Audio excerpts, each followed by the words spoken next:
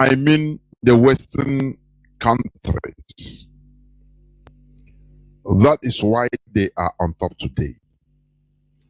Here, we make sure to bring out the facts. It doesn't matter who is annoyed.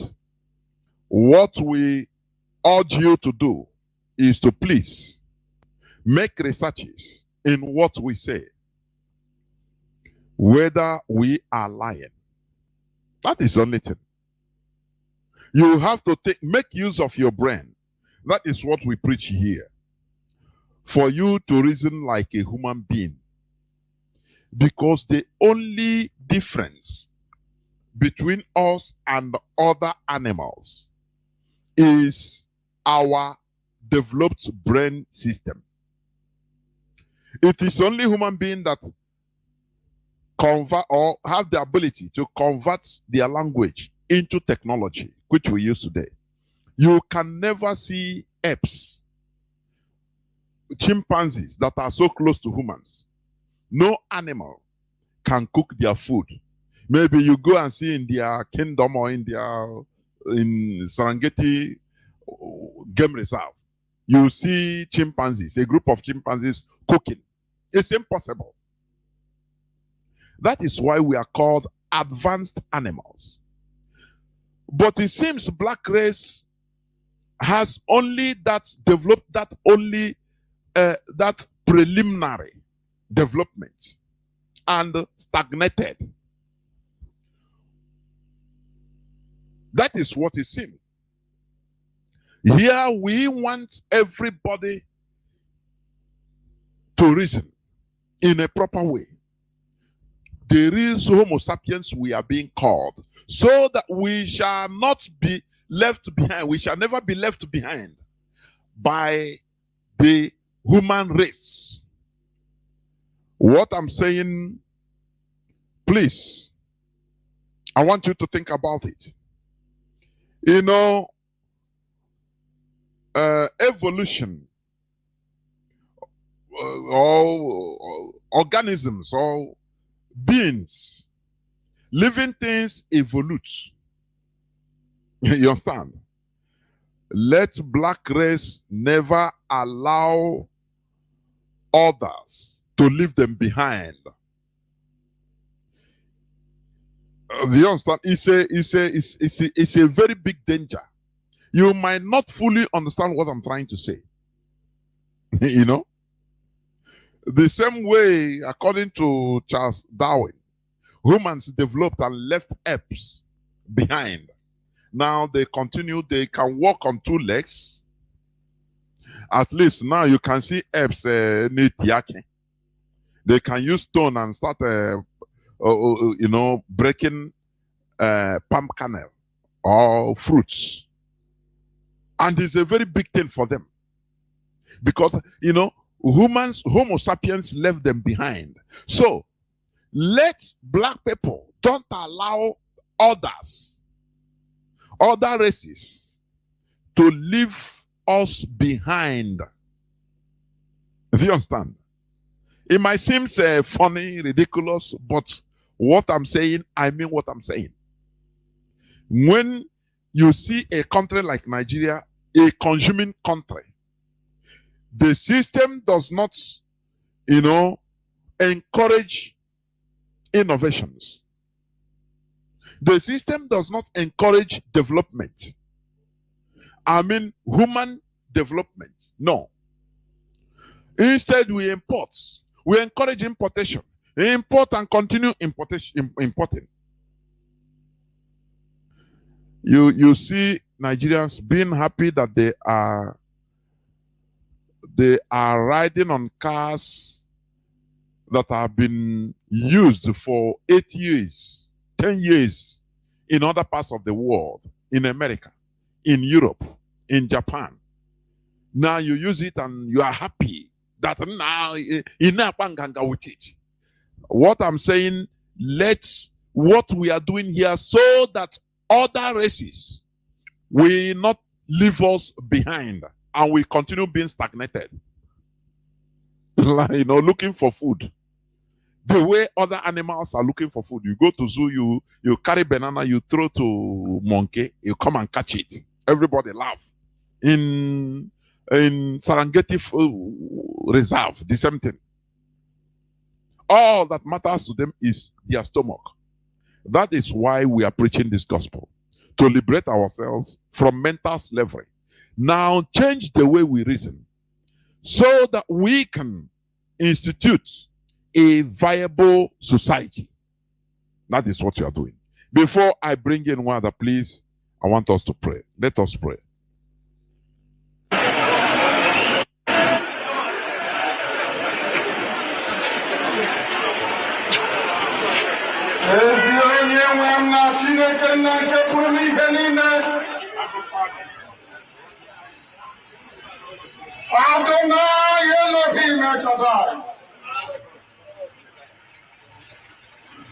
Never ka awọ sọpụrụ anyị tiwe na-aba n'ime iwe na-ebisi anyị.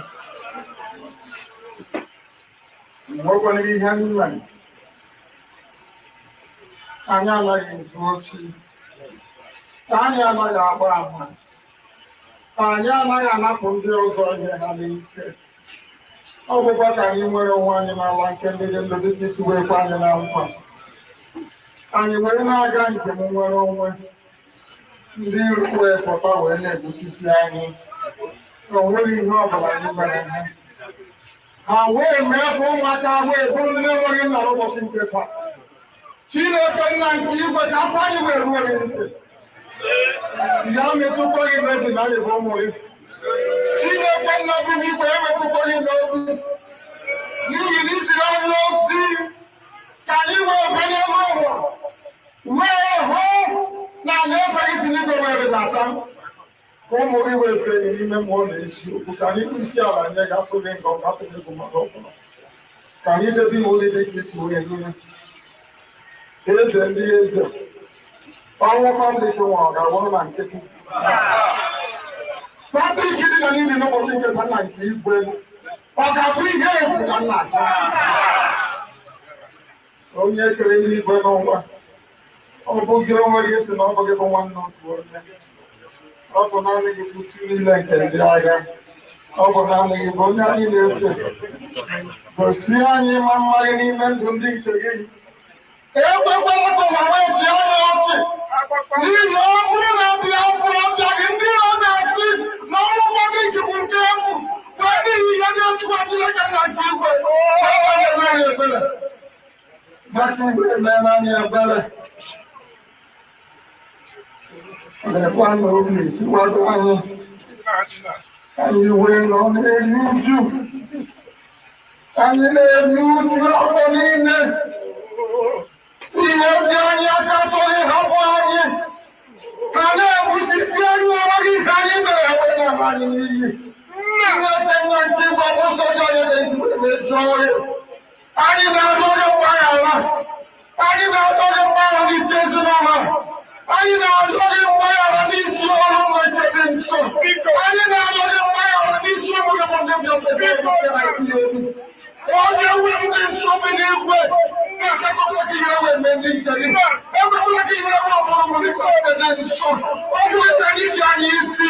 Ọ bụghị ka anyị ji ọgba mkpe. Ezi ọkụkọ na ngozi Chineke na-akụzi na-eme nke ndị ahụ otuto dịrị gị Chineke. Otuto dịrị gị Chineke. Anyị enweghị ikikere ọgwụgwọ onweghị na nwụrụ anyị ọgwụ. Kulie elu ka ndị ire wee kwụsasị ebe niile. Chineke na-akapụ ihe anyị akọwakwa n'ahụhụ. Anyị abụọ na mmeke na-eso. Gị n'ọzọ ka anyị ga-eme. Anyị atụrụ aja nke ndụ. Anyị akọwa ahụhụ. Ọ na-edepụta anyị. Ọ bụ gị n'ọzọ ka anyị ga-eme. Anyị anaghị efe arụsị. Ọ bụrụ ndị anyị na-abụ isi ala gị. Anyị wee na-ahụ gị. Onye ebe n'igwe. Elohim, Elohim, Elohim, ọ bụ gịnị ka anyị mere? Ọ bụ gịnị ka anyị mere? Anyị anaghị azụ ala ndị ọzọ. Ọ bụkwa ala nsọ nke gị nke gị onwe gị nyere eri wee gọzie ya. Ọ bụ obodo nke nke nyere mmanụ ise wee gọzie ya. Ọ bụ obodo i nyere Ifrem wee gọzie ya.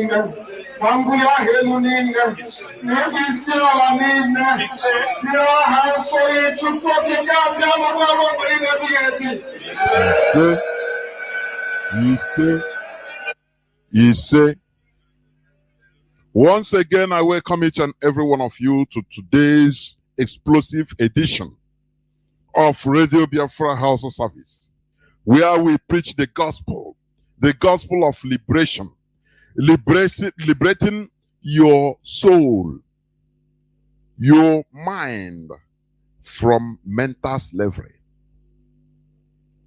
I am here with Wada Marianti Heather. Before I continue, please, Wada, come in and make your introductory statement. Please, go on. Good evening, Mazi, Jonathan. Good evening, my fellow Biafrans. My name is Marian Heather, and I'll be speaking from Maryland, in the United States. Welcome you all to Radio Biafra, and I wish you all good listening ears. Let's roll. There, Wada.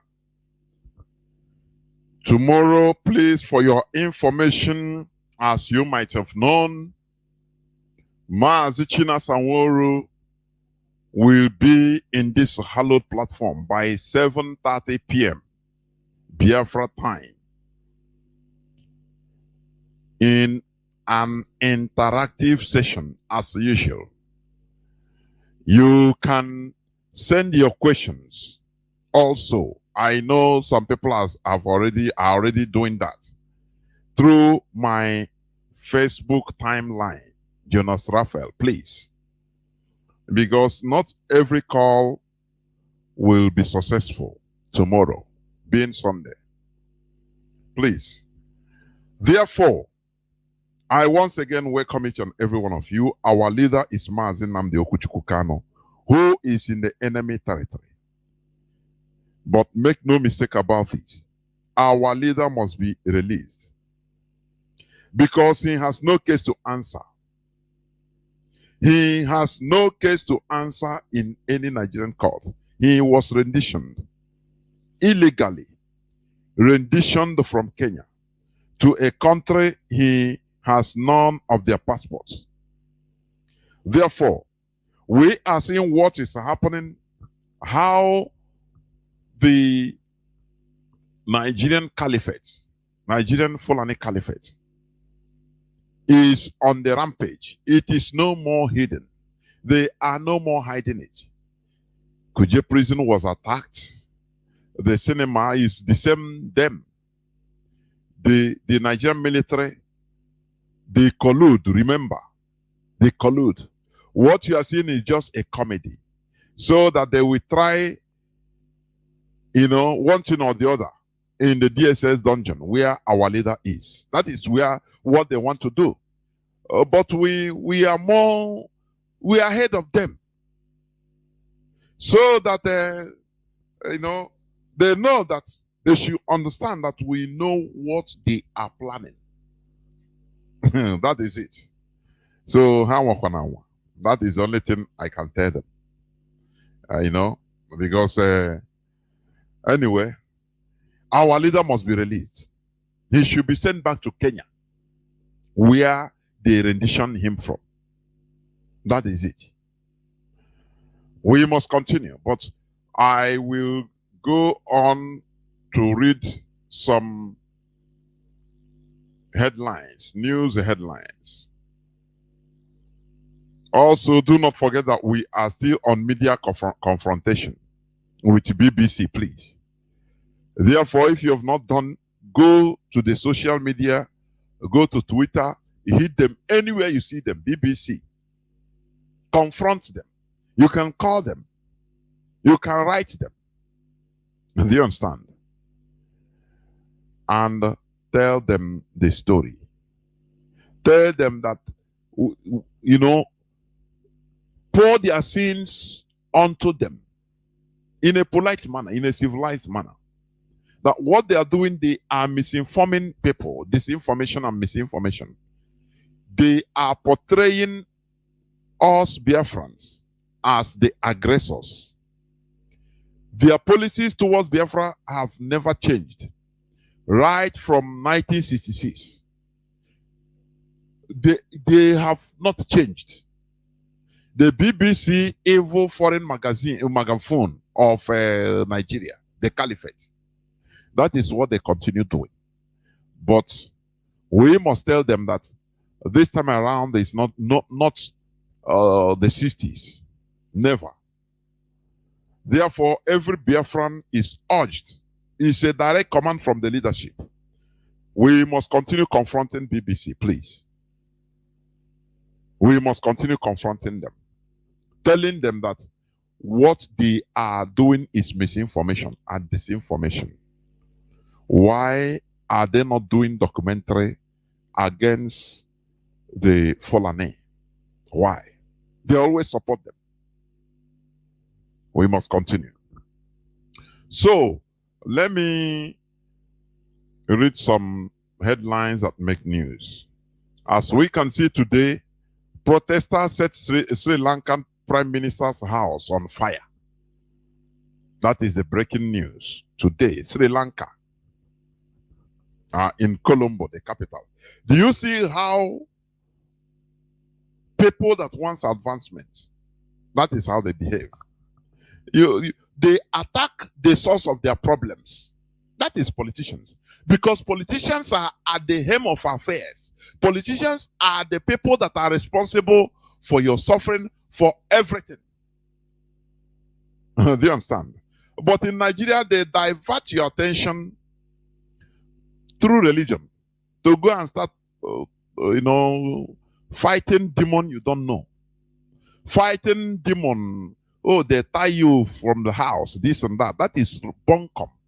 The real problem we are having are the politicians. It's Nigeria.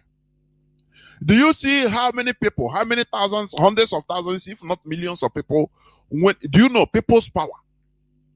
How many people can you kill? Our leader used to ask this. But they were able to achieve this. Do you know the reason?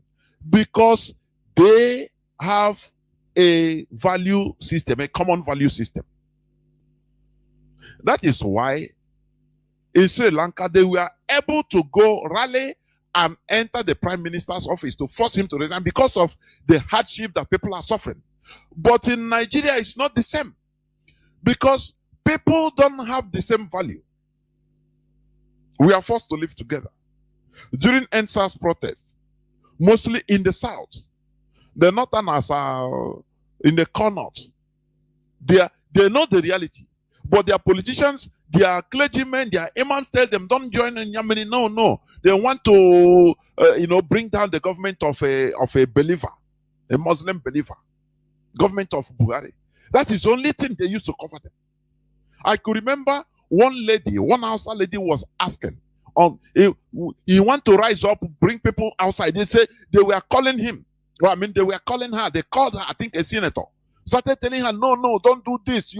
He said, no, but we are suffering the same thing. Why shouldn't we come out? But they tied them down with religion. And do you see what we are fighting? That Nigeria, you cannot. You can never have a revolution in Nigeria. It's impossible. Why you are doing this? The politicians, they have understood Nigeria belongs to them. Do you understand? The caliphate. Nigeria is it's not ordinary or usual country. It's another thing altogether. Where they can use religion, they use ethnicity, anything towards anyhow. If what happened in Sri Lanka was in Nigeria, you see people would have come and say, oh no, it's Igbos that are championing this. It's IPOP. You are destroying Yoruba property. Oh, please go back. These are you people Mugu. They are destroying Yoruba or this people's property, as they did in NSAS protests. And comrades they divided comrades because these people are not enlightened. That is why we want to go for all out.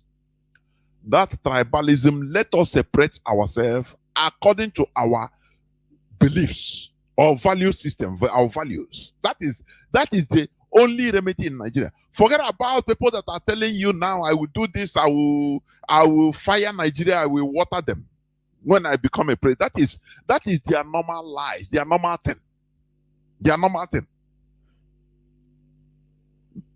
After all, when before Buhari entered, he said that he will make $2 to become $1. What is happening? The price of fuel will be even giveaway price. Just come and take. What is happening? Nigerians, because they are stupid. I say Nigerians are the most stupid set of people on earth. I maintain it and I continue saying it and I prove it. This time they call, we are going to get it right this time. Every time they are going to get it right. Where PVC doesn't work, where it doesn't count, but they are you going to stop? How are you going? People don't ask. How are you going to close the northern border? People that have been given Nigeria PVC from Niger, Chad, Mali, everywhere, the whole Fulani, to come and help their Muslim brothers in Nigeria. How are you going to know them? How are you going to know them? All of them are answering the same name. Mohammed Bello, Aruna. They are answering the same name. So, I say Nigerians are the most stupid set of people on earth. Look at what happened in Sri Lanka. It cannot happen in Nigeria. It cannot. Look at how they acted like one man because they have common focus. No person comes here and says, no, you're a Muslim, you're a Hindu, you are this. No, you are destroying Hindu property. No. Because they are suffering the same thing. But in Nigeria, black people, they are still low in mental, they are mentally retarded. There's one scientist, I think it's an English scientist, that said, why that black people are mentally retarded. I don't believe it anyway, but their actions are making me to change my stand. I'm telling you. Mentally retarded, being mentally retarded. They cannot understand beyond their stomach, their immediate need. No. We need to be updated, and that is why IPOB is leading the fight. Do you understand? Okay, we must continue. Another headline, news headline. Okay. Let me continue. I think that one, I will read it last. How Nigeria army shot dead Shiite members from Kuje prison, despite failing to repel ISWAP terrorists. Do you know what happened? I read the story. It's mind-boggling. Let me read it a bit. The Islamic Movement of Nigeria, IMN, has accused the Nigerian army of killing one of its members, Jibril Osman Sarki, during an attack by terrorists on Kuje Correctional Center in Abuja, where over 600 inmates were released. Listen, the group disclosed this on Saturday in Abuja in a statement by Dauda Nalado on behalf of the movement. The group said the inmates, after the attack, voluntarily approached some soldiers patrolling the town and introduced themselves as inmates and would like to return to the prison, but the soldiers opened fire on them, killing Jibril. Do you see? Do you see how government, so-called government, is terrorizing the citizens that should be protected?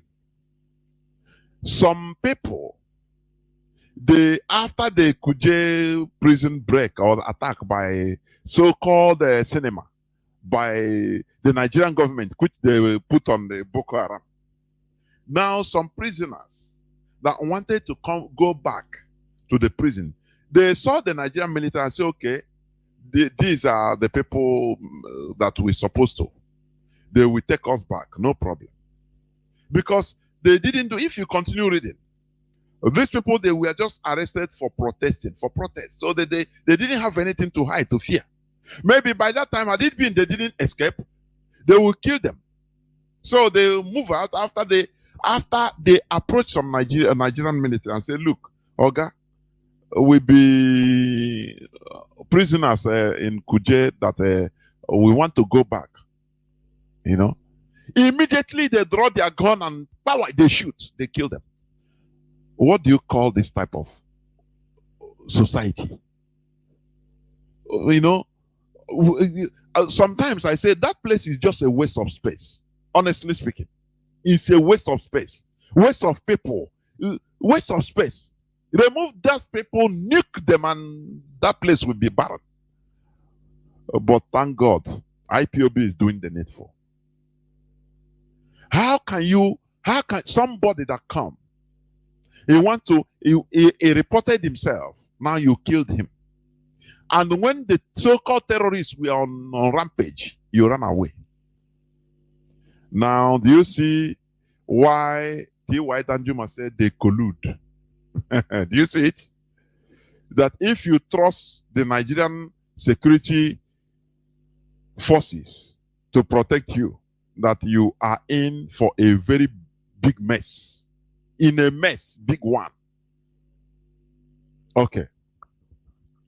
World Igbo leader task Southeast governors on Nnamdi Kanu's release. Of course, they should.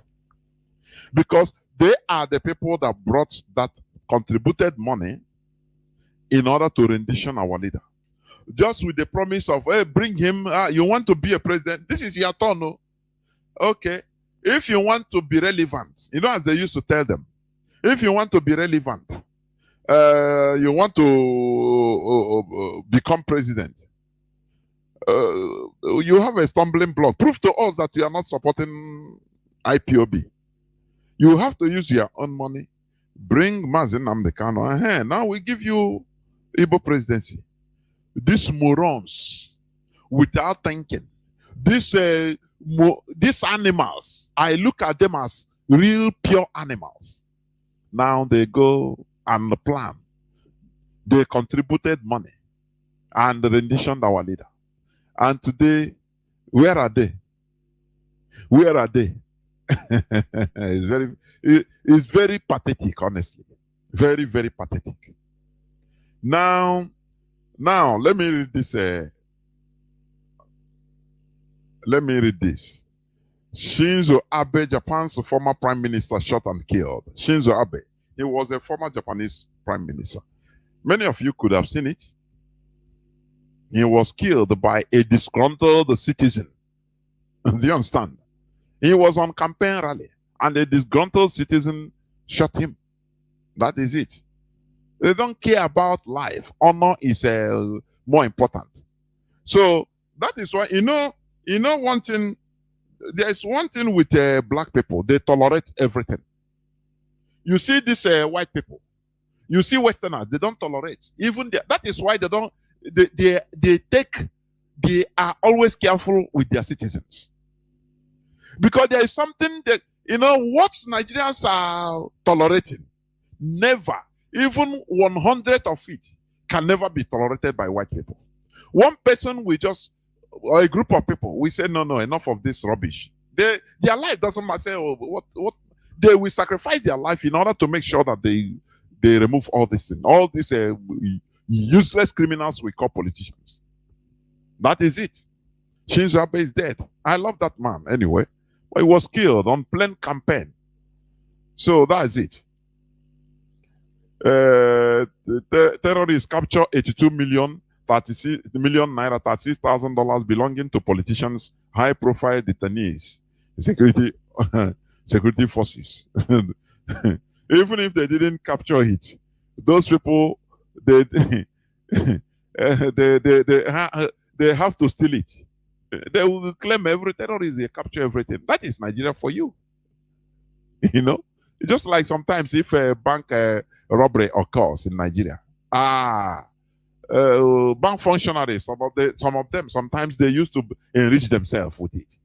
They'll tell you that, they have carried everything, whereas it's them that take everything. So there's nothing, no proof. There's nothing you can do. So why are they keeping a 2 million naira? $36,000 belonging to high-profile detainees. They have taken it anyway. So now, the last but not the least. Let me read this because we are going to continue with it into our subject matter. Because today we are going to discuss about politics and religion. Second part, which we started last week. The second part, politics and religion. Now, this one says 7 Kano State pilgrims deported from Saudi Arabia over fake visa. I'm laughing in Latin. Now, let me read it a bit. 7 intending pilgrims from Kano State who departed to Jeddah, Saudi Arabia on Thursday have been sent back over fake visas issued to them. It's Nigeria. That is Nigeria.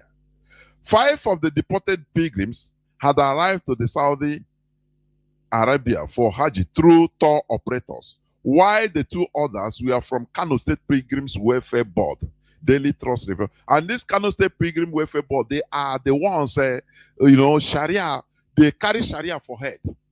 But they issued their people fake visas, collected money. That is the system. That is what you are forced to live with in Nigeria. Do you understand? It's very, very absurd. After all, fake Nigerian passports are always issued, even on Nigerian immigration centers. I know somebody very near to me. He suffered it. He went to Dubai. After on coming out, he went to buy goods. On coming out, they arrested him. Said the Nigerian passport he's holding is fake. Not the visa, the Nigerian passport. And he got the passport at the immigration in Nigeria. So you see that, when Peter Obi come and say, I will do this, I say, why not this man? Just go and save yourself. Do not be another Azikiwe. that wants to save everybody. But I was here, I were on today, Baraka. Zik of Africa. You want to go and save all the world. You want to go and save Nigeria. Always the same mistake. Now, how are you going to do this? These people that duped this board, welfare board, and all this, if you meet them, they are more Islamic than even Jeddah herself. They are more Muslims than them. They pray. But look, what happened? You see, there is one thing I put before of Sadhguru, the Guru. Said the belief system, people that commit heinous crimes are the people that talks of God. They always talk of God, God, God, God. These are the people that commit very heinous crimes. The worst people on earth. He said it, and it's true. It's true. One of the deported pilgrims, Dahiru Yao Musa, said they did not know they were issued fake visas until they reached King Abdulaziz Airport. And now, okay, when these people are going, they were going to pilgrimage. They paid their money. They were going to pilgrimage in order to serve God, their Allah, the way they believe it, the way they were imposed to believe. You must go to Mecca. People don't understand, don't know how many billions of dollars going to this Mecca, whether lower or higher Hajj, brings to Saudi Arabia. People don't understand. Have big office there. People think that only Saudi Arabia is only eating oil money. No. Pilgrimage money. Do you understand? So on there, they make the whole world to be coming there. Do you know how many billions of dollars every day they are getting?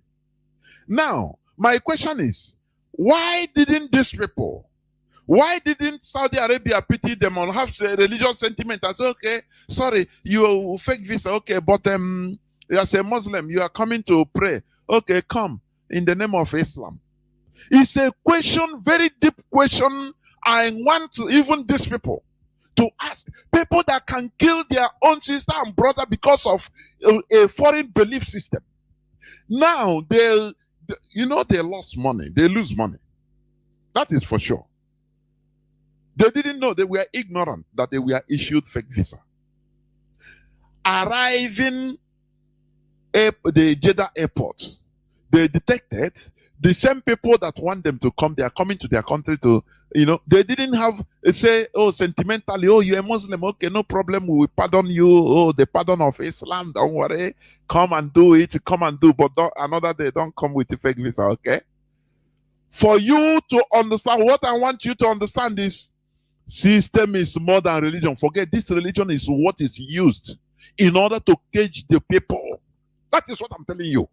We need to develop our system that, where there should be no religious sentimentality. That is what he showed there. I would have been thinking that, Saudi, they would have said, Muslims, you're Muslims like us. Okay, come. Sorry for your visa. Okay, take a Coca-Cola. Cool down for the visa now. Go and pray. Don't worry. As a Muslim, don't worry. But no, lo and behold, they deported them back. Because their system don't tolerate. You're a Muslim or you are not, you are coming there for it doesn't matter to them. That is what we should understand. The system is bigger than religion. It's only people, ignorant people, are fighting and dying for foreign religion. Fighting and dying for things that they were killed to. Our ancestors were killed in order to impose on them. I don't want to preempt, please. I don't know whether you have anything to say here, please, before I continue. Yeah, Mazi, thank you so much. One or two things I would like to touch on. Add to the things you just, as usual, you brought in a lot of points. One is the argument that system or state overrules religion and that we should be paying attention or investing on improving the system we live in, because that's really what's going to define how we evolve as a society and not religion. But really, what religion does is more of dividing us. And religion cannot give us what we're looking for. Example is what just happened a few days ago. You know, when you come, I'm going to incite our brother Odumeje and the government of Anambra State. When it came to getting things done, or again, I'm not playing the role of what I hear of what happened, whether it's right or not. But what I'm trying to talk about, what I'm trying to establish here is how the rule of law overrides religion. Once that edict was signed, that where the church, part of his church, Odumeje, was violates the law, that was it. Because what the law is trying to do there, whether we like it or not, was to improve the society. Hopefully, I believe so. Physical law So again, for we who physical human being. Yes, because, you know, like religion cannot do that. And again, what we must understand is when we look at religion, especially these three major religions we're talking about, or the two especially, or any religion at all, they do not empower people when it comes to like works and jobs, which is what really strives a society. In any society, they are maintained by taxes collected by the government, okay? The society grows through the amount of industry that have been established. I mean, all of us are living the shores of Nigeria, going all over the world, because we are looking for what? Something we can do to take care of our lives and that of our loved ones. That job. Religion does not build work. What it builds is it takes in. It's more of a consumer. So when you see a society, just like when you talk about Saudi Arabia, I was reflecting on it yesterday. If you know the amount of people that are pouring into Saudi Arabia today, or during this period of their Hajj, even if you say 1 billion people are going to enter Saudi Arabia this period, even if each day each person spends $1, I'm just saying $1, that's $1 billion a day. Now, let me tell you, how is it going to impact? This is an industry. It becomes an industry. How is it going to impact the people there? The moms and pop that are selling their wares are going to benefit from this visitor coming in. Now you see how we have been gained. Of all the major religions that are being practiced today, none of them has its origin in Africa. None of them has its origin in Nigeria. None of them has its origin in Biafra land. So we become the consumers. They will come and build these buildings or try to get us, involved in these religions. They're not providing anything for us, because I hear some people saying, oh, they provide education. We were already educating ourselves before the invention of all this religion. We have already been doing that. So what we must understand is what religion does even more is dividing us. Because when you bring this religion, we don't see ourselves as one unit of people or the same people. We get to go to, that's not for me, that this is me, this is them. Becomes he, she, he, them, he and them. That's exactly what Christianity played. Muslim played, all religion played the same thing, because if we can go back to the history of how Christianity started, it started sort of like that. Me and them and us. So that's why we have to be very, very careful. Why we must focus on the system and not religion. Everybody has the right to practice their religion. Before you stop, the question I want, why didn't even the Saudi authorities say, oh, you are my Muslim, you are our Muslim brothers, or you are coming and violate their own system? Supersede. The rule of law, the system supersedes. That's the same thing happened to Odumeje. Because without rules and regulations, without rule of law, without the system, nothing can be done. Any striving society must uphold rules and regulations of that society, not religion. You must. That is why they couldn't. Because you cannot allow it to be. So that's what it is, Mazi. I don't know if I answered your question. Of course, of course. That is what we preach here. Oh, you know, we are in a physical world. Forget about all these things. Oh, they are going to bring image. All this is a economic value. Very huge It's economic value to Saudi Arabia. Exactly. To Saudi Arabia. That is it. Let me tell you one. Do you know the politics? You know, some people might not understand, but what I'm telling you now, one of the reasons why even in Palestine, in Israel, they don't want peace. Let me tell you, even many Muslims, like even Saudi Arabia, secretly, they don't even want peace there. Because if there is peace there, do you know, Al-Aqsa Mosque is I think is the second holiest place in Islam. Yes. Their religious pilgrimage will be divided. If Saudi Arabia is making maybe $10 billion on religious vacation every year, for example, now they will divide it. It will reduce. Others will go instead of going to Mecca, because if you go to Al-Aqsa Mosque in Jerusalem, that's the one they call the golden dome or something, where they say Muhammad is coming or where he left. So it's the same thing. So they continue allowing they push katakata. You know, this world is politics. This world is the more you look, the less you see. That is this world. That is why, you know, I say our people, we are not good at politics at all. Real politicking. If we are good in politics, we will not be in this quagmire we are in today. I'm telling you honestly. Exactly. So Saudi Arabia, they are trying all the time in order. They will come on air.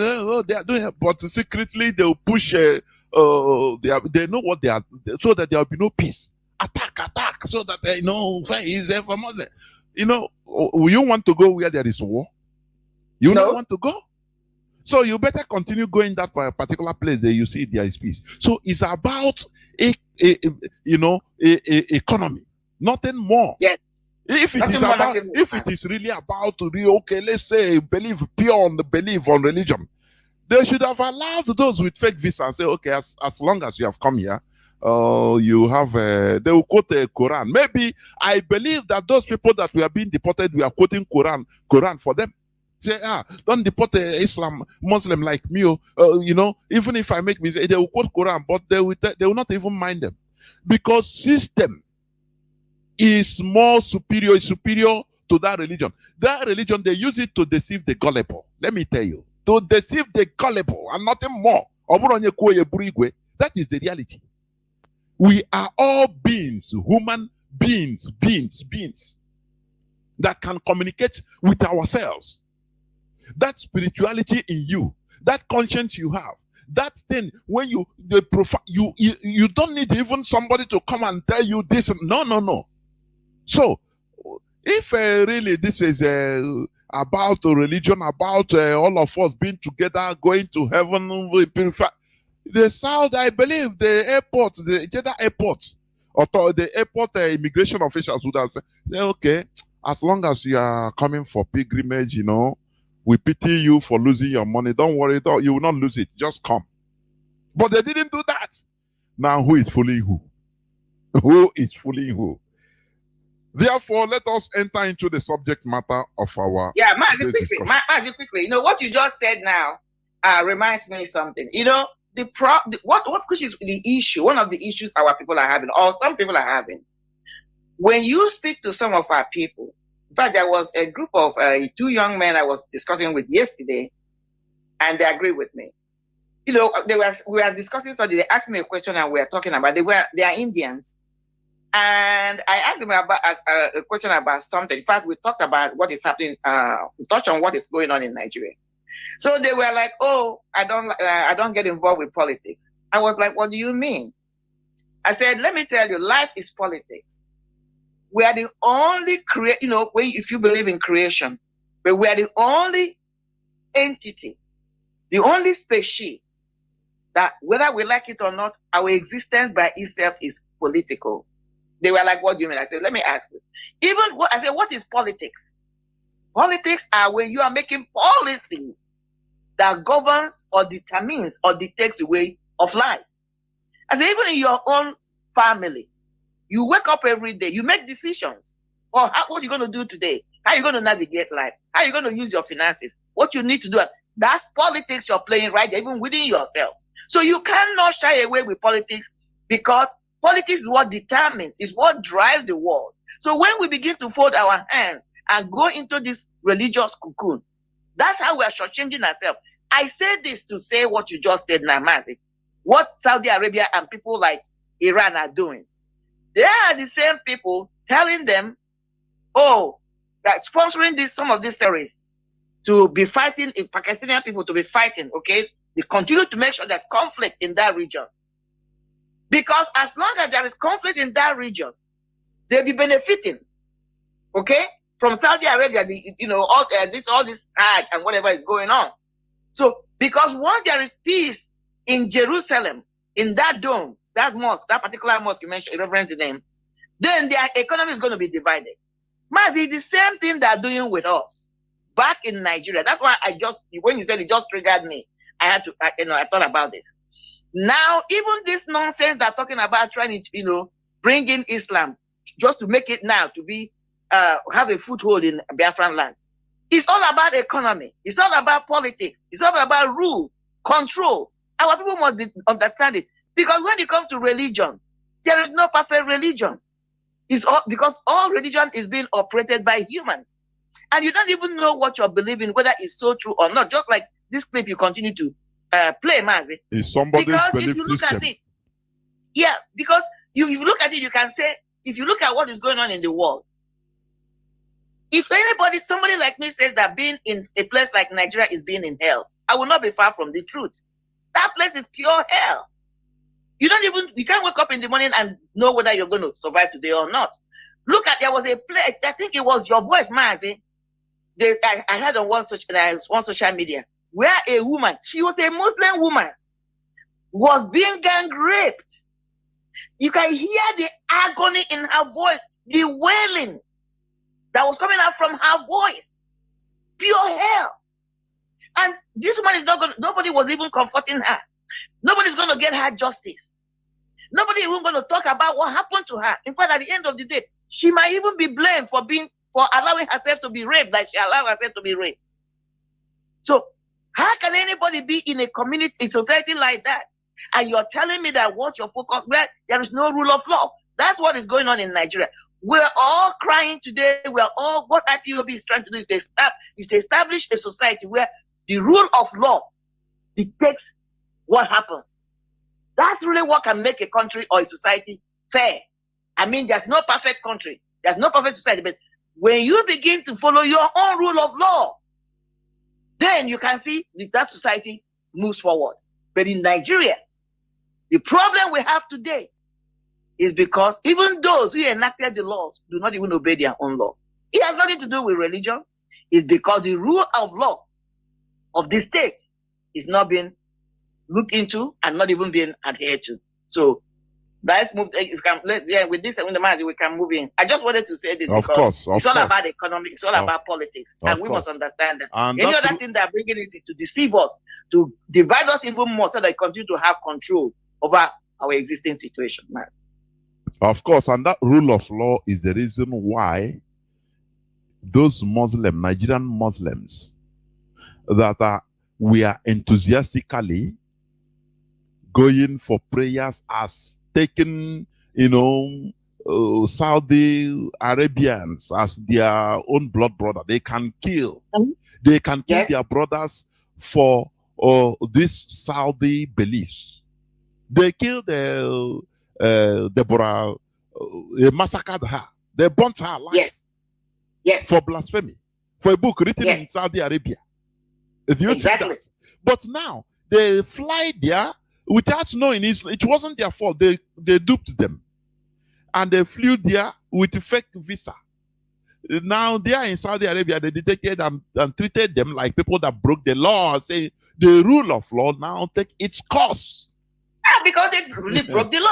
They broke the law. They didn't tell them, oh, yeah, my Muslim brother coming to, you believe that our citizen, who is called Muhammad, is a prophet. Yeah, coming to, yeah, come. These are, Africans are foolish, in short. They are foolish. I'm telling you honestly. We must continue. Now, tomorrow, that you see that person, those people they deported. Tomorrow they will even champion killing of their own Hausa fellow brother that is a Christian. Exactly. Or killing of Biafra. And look at Biafra as an infidel. Oh no, if you talk, he cites Saudi as his brother, because they are the same thing. But look at what we must continue. Now they have let them know that no, we may all be Muslim, but no, there's a difference between Egbe and Egbe. Of course it is. As I said, today we are going to go into the second part of politics and religion. Politics and religion, which we started yesterday Saturday, that is last week Saturday. We must continue.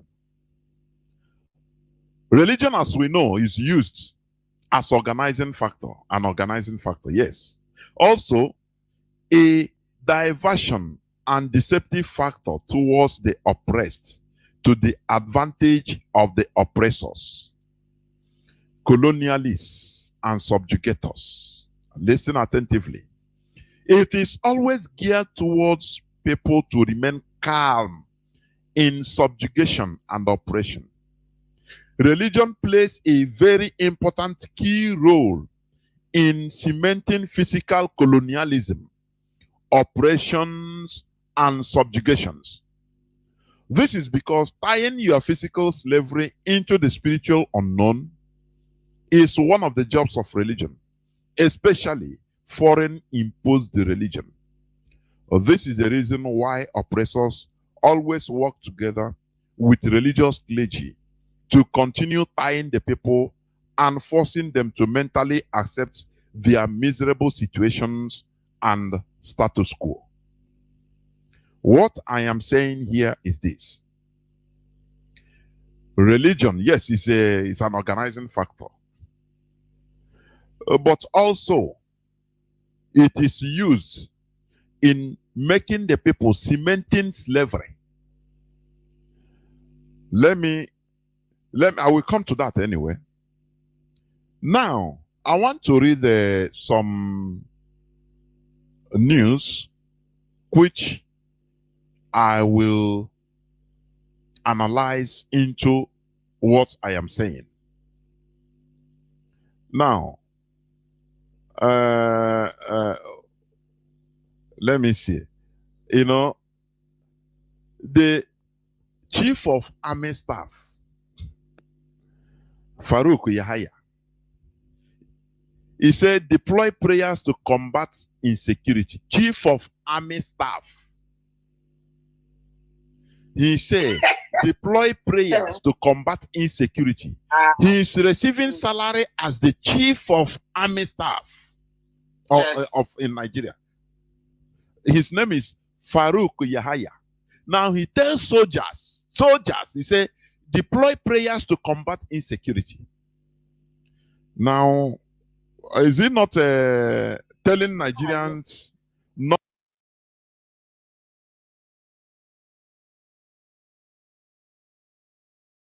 But did they use the word deploy? He said, deploy prayers to combat insecurity. Chief of Army Staff Farouk Yahaya tells soldiers, July 5th, 2022. It's a news headline. Deployment, you can only deploy something that is physical, you can touch. That's why I'm asking, do they really understand deploy? How do you deploy prayer? Let me tell you, the Fulani, it's a Fulani. And they are the people. What they are telling the indigenous people in Nigeria that you people are very stupid. Nothing more. Finish. That you are foolish. These are the people that are. Please. This Kuje prison break that happened. Do the terrorists deploy prayer to have the break-in? Wanda, do you know if this is in a sane country, it's a normal country, immediately this man will be forced to resign immediately for making this statement, because he is receiving salary in order to fight insecurity. That is why they are giving him millions every week, every month, with the whole benefits. Now he's saying deploy prayer. Okay, which means if prayer can solve it, now you're okay. You get out. Finish. Get out. This prayer to be deployed, is it true Muslim way, true Christian way? True, I mean, you know, we're talking about that's the one. Number two, you know, Mazi, what is really holy? You know, I wonder. I forgot to touch it. You mentioned it when you were talking about the protest going. I think it's in Sri Lanka, right? That's where they deposed the president. Yes, in Colombo. Yes. Yes, Mazi, I've said it before, and I'm going to say it again. And unfortunately, when I say it, some people misunderstand me. What I'm about to say is real. If we really want to be critical and think about it, the demise of the people in that contraction called Nigeria is 80% the responsibility of the population. Why do I say that? You are the one that elected these individuals. You are in the majority. How are you allowing them to manipulate you? And this is what separates a civilized or civilizing country, a country that is on the trajectory of development, to a country that is where what is happening in underdeveloped country. That is going backwards. People in Nigeria, people in that contraction forget that they are the powerhouse. You elected this individual that are working for you. But in our own case, once a politician is elected, he becomes the boss. Meanwhile, you are the one paying his salary. That is the problem we have. Until Nigerians get to that point, people don't wish it because they will never get it there. That's why we need Biafra. But the only way they can make any impact is when they come to that consciousness. There has to be a consciousness, awareness that we are the ones that employed you. That awareness. Let me knock up something else. What you are saying, that awareness, that consciousness you are talking, it is being blocked by religion. Exactly. So they put it on hold, palm with religion. You know, it doesn't matter who you are and what you have in your upstairs, in your brain. Once the imam in the mosque can say, declare the person is a non-grata to our office, to a political office. So everybody don't vote for him. Finish. That is it. That is a religion. Finish. Go on, Wanda, before I come in. Yes, man, that's the problem, because even look at what is happening. That's the problem. They don't understand it. And like you rightly say, Mazi, religion is the weapon they have used, continue to use, to mesmerize our people, to mesmerize us, to believe that all you have. How can a minister be saying that staff in possession of the whole land deploy a prayer when he's being paid? People's taxpayers' money is what is being paid, used to pay him. They are not deploying prayer for him to get his salary at the end of the day. Nobody's praying for him so that all will be okay for him. People are contributing their hard-earned money to give him every month. Our people are not there because they want to tell you, don't worry, just pray, it will okay. Even as the political thing is happening now, look at even the statements that are coming out. Somebody like Juan Kwaso is telling you that we don't have the right to have any political distance. And but there's a statement he made that I agree with him. He said the Igbos or Biafrans are the bottom of political savviness. I agree with him totally. Because they are the ones that are using religion to mesmerize our people. They are the ones that all these politicians are using religion to tell you when something happens. Fire is burning, they tell you pray. Your economy is going down, they're telling you to pray. But at the end of the day, every month they're receiving raw cash, money printed, not prayers to sustain their lives. People cannot think. But this is the problem we have. Religion is the problem. It doesn't matter what religion it is. Even now they're talking about people to be obedient. What has being obedient got to do with ruling a country? What has it got to do? It's not about your character. You can be as obedient as you want to be. The law is what overrides your obedience. Period. It's not about your character, your individual character. It cannot do anything. Because once you get to that office, the law takes precedence. And yet our people cannot get it. That is what the job we are doing here, that is being done on this platform called University of Biafra, Radio Biafra. It is awesome. I wish that people will continue to listen. More people will listen and pay attention, because that's the only way you can get that awakeness, the awakeness, to understand that we are responsible for what is happening to us. We are the one giving these people the power to do whatever they want to do to us. And then we come out and we are crying in the name of religion. The person that is asking you to go and pray for something to happen for you, is busy dealing with reality, practicality. But when it comes to the masses, you are being asked to put your hope, your future on something that is just abstract. You don't even know whether it exists or not, Mazi. That is the problem. And until we get there, majority of the people, not everybody, if we can have 40 to 50% of Nigerians that think this way, the rest would have been history by now, Mazi. But that's why Biafra must come. And that is why, let me tell you, a lot of people, some of, including me, sometimes, we say, oh, when is Biafra coming? Listen, Biafra is going to come, Mazi. But the work we are doing now is even more important, because we got to sanitize people. We have to wake up people so that when we enter into Biafra, we will not be like any other nation in that continent called Africa. We will set the precedent, set the step to people to know what is supposed to be.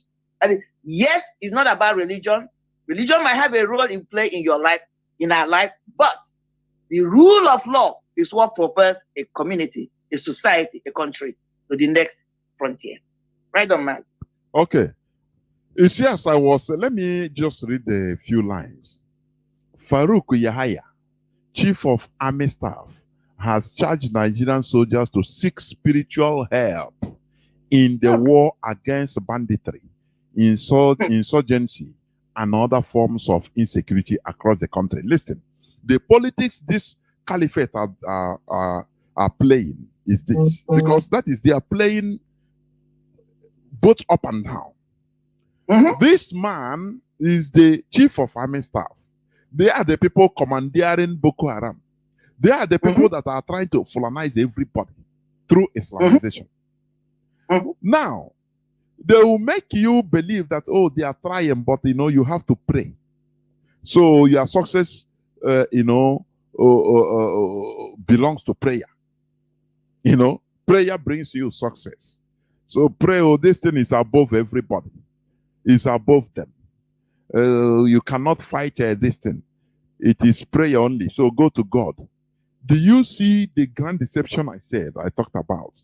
That religion could be used as a grand deception to make people to continue pursuing shadow. These people are the people that at the background, they will go secret meeting. Have you forgotten the meeting of Fulani from 16 countries all over Africa? That they came few weeks back in Abuja. Maybe this man will be there. He will carry Bubu, go there and go and sit down there and work. They will make their plans secretly. They will give information to Boko Haram. They will strategize with Boko Haram, ISWAP, Fulani Herdsmen, all of them, dispatch them, give them weapons, everything.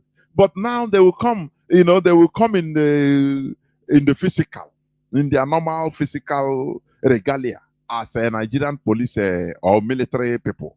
Talk to their dumb, very dumb, stupid people. I say, oh, now God, this thing, they don't pass on. Now God, just go and pray. Oh. Do you see how they are playing politics with your lives? That is that is the thing. They are playing, pokers with your life.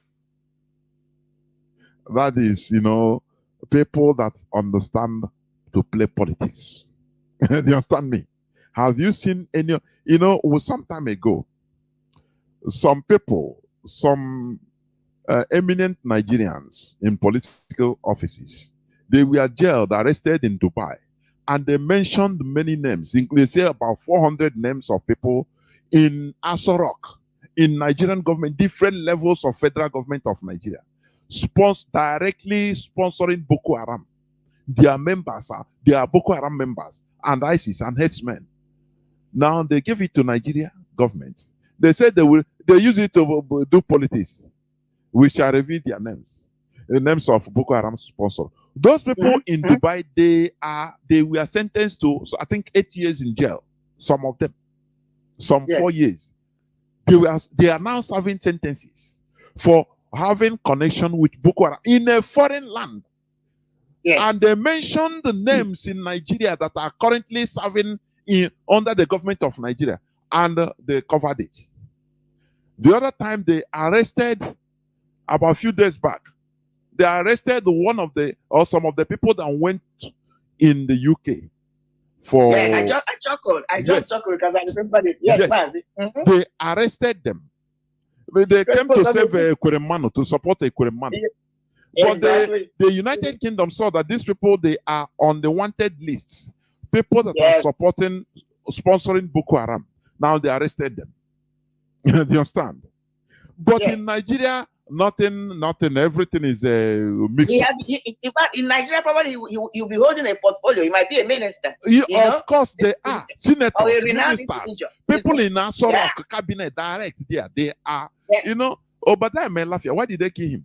He revealed it. He said, they according to Boko Haram commander, he said one serving governor. They asked him, is it a former governor? He said, no. One not serving governor is a Boko Haram commander, currently commander of Boko Haram. Yeah. They poisoned him quietly. They quietly poisoned him. Yes. Do you remember that Tinubu made the same accusation not too long ago?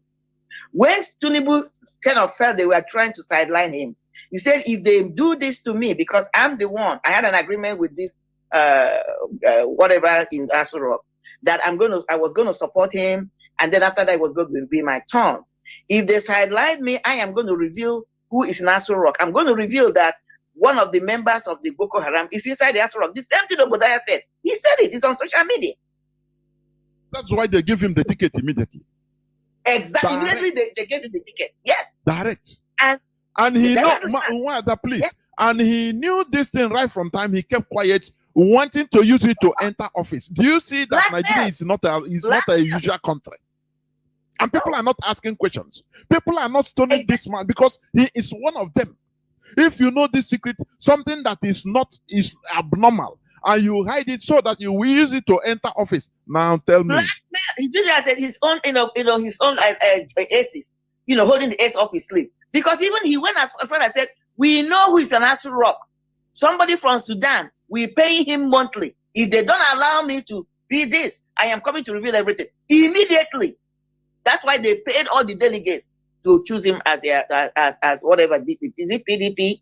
Is on yes, that is on social media. This thing happened like last month or last 2 months. It's on social media. He didn't hide it. He said, if they do this, I'm going to reveal that one of the leaders of Boko Haram is in Aso Rock. I'm going to spill the beans, what is going on in Aso Rock. And I'm going to let people know that Sudanese that is in Aso Rock, we are paying him and his tenure is almost over. This is an agreement I have with Buhari. Boom, they gave it to him. Nobody asks questions. The citizens it goes back to the same thing where you started, Mazi. Tell me why the citizens of Nigeria cannot ask Tinubu to tell us who these individuals are. Rise up and protest. Everybody just sitting like they gave them some kind of sleeping pill. I don't get it. Talking about again Ekweremadu, the issue of Ekweremadu. My argument with them, all these politicians that are telling us or telling the citizens to pray. When something happens, they say, oh, pray, believe in God. Oh, God will do this. Why did they send literal human beings, delegates to London? Why didn't they deploy prayer to Ekweremadu as a support? People don't ask these questions. But if this thing has happened to an average citizen in Nigeria, the pastors or the politician would have said, oh, go and pray. Just like this chief army staff of this thing said, deploying prayers. Why didn't they deploy prayers for Ekweremadu to go and assist him or to go and be support for him? Like I continue to say, Mazi, the problem is the masses. They are the majority, but I don't think they really realize what they are or who they are or what they can do. Because what they are using, again, is politics and religion, especially religion, to divide us into pieces. That's what is going on, Mazi. Of course. Of course, that is it. So, now, a whole chief of army staff who is in charge of, the army is telling the soldiers that, look, go and pray. deploy prayers. And he know what is happening. Maybe he's one of the Boko Haram commanders. Also, the thing 2 days ago, is Sultan declares special prayers for God's intervention. It's Sultan of Sokoto. The Sultan of Sokoto and President General of Jamaat Nasril Islam, His Eminence Alhaji Muhammad Saad Abubakar III, has declared special prayers for God's intervention over the insecurity challenges facing the nation. Do you see how they roll? Exactly. Let me tell you, this Sultan of Sokoto is one of the patrons of Mietiala. Even Patron, yeah. He's one of the known patrons. It's after we started lambasting talk, they go and cancel it. He is one of the known matrons of this Mietiala terrorist group. Oh, really? Yes, of course, he is. Now, these are the people. The people, they will go into the bush and knock boom, boom, boom, bring down a tree and come out and say, come out on the road and start asking, well, who is doing that? Now, well, pray for God though. Do you see why the way these Fulani terrorists, they take Nigerian indigenous population as the most stupid people on earth? They are the people that are doing all these things. That is why, politics and religion, that is what we are talking about today. But Mazi, again, if you can refresh our memory, a story came out. I don't know how authentic it is, but just a story coming out that a night or 24 hours before these terrorist attack at Kuje prison, that the military men guarding the prison were withdrawn. They were withdrawn, yes. Yeah, Mazi. So if this is a society where that are serious, this chief of army staff should resign. There have been a lot of resignation by now, because who withdrew them? What do they know? Inquiry would have been set up, but nobody's going to ask a question. The so-called journalists will not ask questions. Everybody has carried on, swept it under the rug. Oh, let's move on. Let's pray for God to intervene. That's it. You will never hear anything, because who was responsible for withdrawing this military? What do you know? Why is it? How can it be a coincidence? Why withdraw them? But no question will be asked. But then after the whole thing, like what you're saying, Mazi, they withdrew the military to give these people access, remove the security that's supposed to guard that place, remove them, and then this will have access to do whatever they wanted to do. And then after what you're saying now, pray. The same people. That's how they're manipulating the population. Well, even the attack on Nigerian Defense Academy in Kaduna by terrorists, where they killed many soldiers. Who is talking about it today? It's nobody. Nigerians, the most foolish and hopeless backward set of people on earth. I'm telling you honestly. Even all these things no other country, it doesn't matter, no other country can endure all this type of rubbish. Nigerians that's why I said that people have not really, it has not gone into them where they need, they have not really been pushed to the walls. Believe you me, Nigeria, the society, there's a whole bunch of people that still feel they are okay. Because the human element is when they are pushed to the wall. That's when you see the bestiality in human beings. You know that human beings are beasts. Nigeria is not pushed there. That's my own, assessment. I may be wrong. All these things that are screaming, yelling, oh, we are dying. No. If truly if majority of the people, or even 40% of the people are really experiencing this hardship, Mazi, they will revolt. I may be wrong, but this is how I feel. Because it doesn't make sense. The kind of things that are happening in that country, and everybody's like carries on like nothing is happening. What is the problem? I keep asking myself, I can't put my finger on it. Are they not truly suffering? Sometimes you begin to scratch your head. Is the story I'm hearing, the stories I'm hearing, are they not true? They are true. But why are the people not reacting? Why? Is it only religion? I'm asking you now. They are not reacting because they use religion to blind or block that spot. That spot of the brain that can make people to react. They use religion. What are you talking? Okay. The Muslims in Nigeria, it's just only the Imam we preach on Friday and tell them that no, this things you are suffering is from God. So we need to pray. Pray more. If you are praying 5 times, add another 5 times a day. Continue praying, and Allah will do it. Then the Christians, the so-called Christians, the same thing. Churches abound, the miracle everywhere. Miracle everywhere, but things are getting from bad to worse. So they tell you, come and collect your own miracle. Forget about another. You know, the division in Christian, I don't know how to express this. The way they bring division in Christianity, they make people to become individualistic. Come and take your own miracle. Don't mind another person. Just come. Do take your own. Once you go and pray with your God and take your own, forget about any other person, even if don't, because he never pay his tithe, that is why he is suffering. You can do better. So the only secret is come and pay. Once you sow your seed, you pay your tithe. Now you see things will be going good for you. Christianity make Nigerians, our people, to be more individualistic, more focused on individualism. Your personal miracle, that is what matters to everybody. Now go and look for your miracle. It's the solution to your problem only. That is why no person wants to think about collectivity. I think last year, I played the clip, horrified one preacher. His name is Chijoke in Owerri. Daddy Gio, preaching that that day he walked out to one IPOB from his church, to get out from his church. If not for the outcry, he started apologizing. Now, he was preaching that, look, do not follow people to come out on the road and say, we no go agree, Biafra, this and that. Go and make your own money. Go and proclaim your own miracle. That is it. All those people that are doing all those things, that they are jobless. He talk many bad things. I'm telling you honestly. I played the clip here on this platform. I was horrified. I say, if people can say this, that you are miracle, there are people that you are, as you are shouting, there are those that are, they put their generator 247, 365 and 1/4 days. It doesn't go off. Those are the people that God bless, miracle. Their miracle have come. Come and take your own. Don't mind the other people. It's personal. So this is what has been going on. That is the reason why, look, in Christianity, now everybody have church. It's my church. It's my church. It's my church.